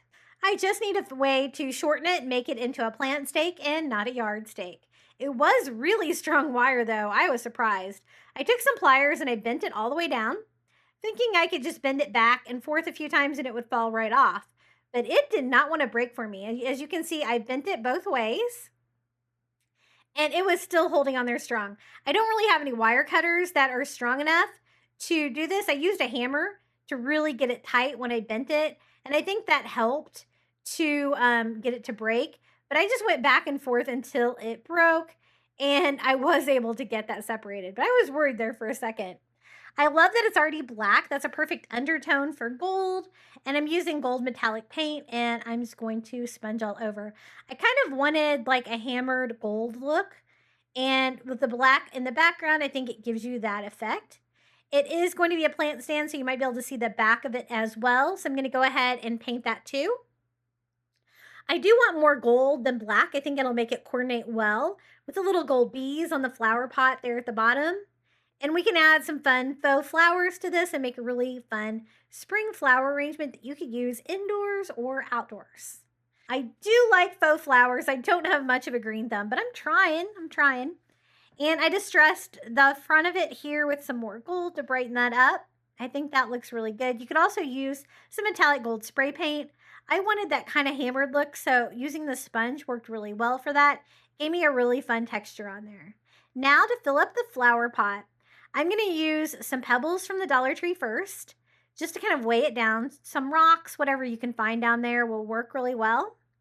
And then it's a big flower pot, and I don't have really anything to fill it with, so I'm just going to use one of the little foam circles from the Dollar Tree, and then I'm going to use some reindeer moss to kind of fill up the rest of it. You could use potting soil, or you could even fill it up with like newspaper or something like that to fill up all of that space, which was what I was trying to do here. And then I'm going to start with greenery. I thought that would be perfect for like a bee theme. I found some cute greenery from the Dollar Tree that wasn't too bright, I didn't think. And the key to this looking good is you kind of have to cut them into individual pieces, which is where the foam comes in handy, because I can just cut those wires into individual pieces and spread this greenery around. I did use like 1.5, I guess, bundles of this. I think I had a partial. And I am just going to do this greenery first. I picked up a couple different kinds of greenery, so I have a little bit of variety. And then we're also going to add flowers to this, of course. So I think that looks pretty good. This greenery I thought was really interesting. This like little greenery bush. And I'm going to add that as well. I think the colors really complement each other really nicely. And I'm going to scatter that throughout the pot as well. I'm definitely not a professional with flower arranging. I just kind of do what I think looks best. This is some lavender. I thought this would be perfect for a bee theme. Bring in a little bit of purple, but not anything too bright. And I'm going to scatter some of those around as well. Those really remind me of fun like butterfly or bee plants. And then for the flowers, I'm going to use a daisy, but I'm also going to use some of these white flowers because, again, I was doing more neutral colors with this. I have the toned down pot, I have the toned down colors here, but I love the looks of these flowers. And then I'm going to add a couple of the white daisies with the yellow centers. I'm just going to give them a little blow dry with my heat gun to make them look a little bit better, make them open up better. I left the original colors on this one. I think it's fine. And I think it looks really pretty for spring, but it's going to be great because it's something that you could leave out in the summer as well. That's one reason I love decorating with bees. And I think that is definitely full enough. I'm trying to see if I need to add anything more. I do have a different kind of lavender that's like a purple and white. And so I thought I might as well add those two just for a little bit more variety. So I added a couple more pieces of the flowers, and I think this looks so beautiful. That flower pot, when I saw it, I knew I needed it. And this little yard stake makes a perfect plant stake. Very pretty. I add that to the foam as well. And this is how it turned out, our little bee flower pot. I really enjoyed the flower pot already, but I like it even more since I've changed the colors. And of course, that little bee stake looks really great in gold, doesn't it? I have this next to my front door welcoming everybody, and I think it looks really pretty out there. Perfect transition from spring into summer. You guys are going to have to let me know what kind of summer DIYs do you want to see here on my channel. Let me know down in the comments below, as well as your favorite spring DIY today. It is now time for the final reveal. Thank you so much for joining me. And this is my QR code. If you'd like to scan it with your phone, you can buy me a coffee. I would really appreciate it. Enjoy the final reveal. I don't know where she came from. Kinda turned me upside down. I just don't know what to do. I wanna spend the night at hers and bring her one of my t-shirts so it smells like her perfume. Now I really get what the love songs are talking about, and I just wanna tell her how I feel, scream it out loud. Have you ever been in love? Have you ever lost your head? Have you felt like you were out of breath when you saw her in that dress? When your heart is beating fast and you're sweating and you can't stop looking at her smile, then you've been in love. That's how you know you've been in love. There's something about the way she laughs and the way she always dances when she thinks nobody sees. And when she's gone, I miss her so. I tell her, baby, please don't go. I think you should stay with me. And I really get what the love songs are talking about. Oh, and I just wanna tell her how I feel, scream it out loud. Have you ever been in love? Have you ever lost your head? Have you felt like you were out of breath when you saw her in that dress? When your heart is beating fast and you're sweating and you can't stop looking at her smile, then you've been in love. That's how you know you've been in love.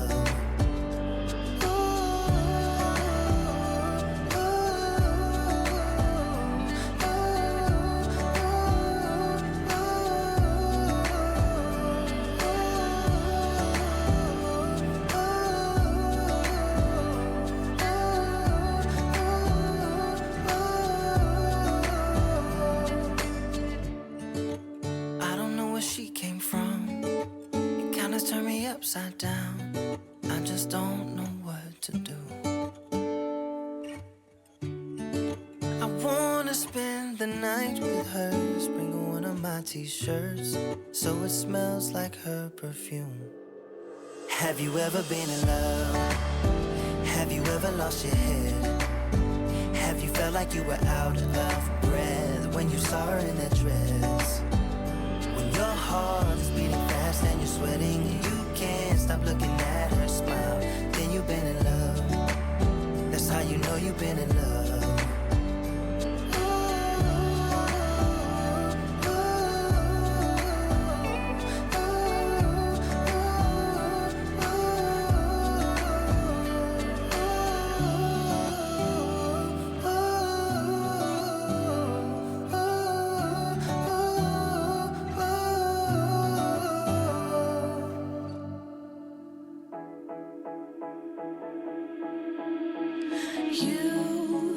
You've been hiding in the shadows way too long. You always thought that you were weak, but babe, you're wrong. Yeah, you better step into the light, just give it a try. Think that it's time you let that spark out. You've been hiding in the shadows way too long. And who cares if you might mess it up? You're stronger than the others think. And who cares if you might mess it up? Go ahead and shine, darling. Go ahead and shine, my dear. 'Cause who cares if you might mess it up? Just shine. You shouldn't doubt yourself, 'cause you're a work of art. You should know that you are perfect with those flaws. Yeah, you better step into the light, just give it a try. Know that it's time you let that spark out. You've been hiding in the shadows way too long.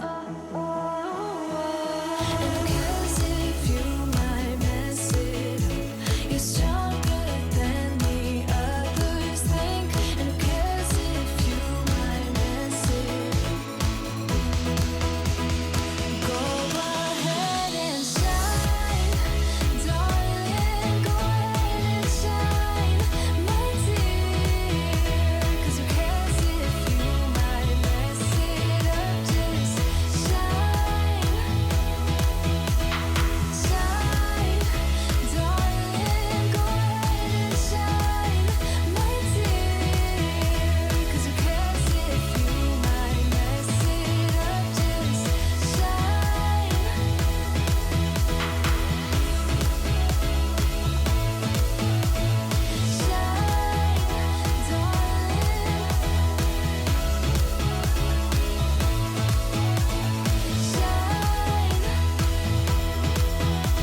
And who cares if you might mess it up? You're stronger than the others think. And who cares if you might mess it up? Shine. Go ahead and shine, darling. Go ahead and shine, my dear. 'Cause who cares if you might mess it up? Just shine, shine, darling. Go ahead and shine, my dear. 'Cause who cares if you might mess it up?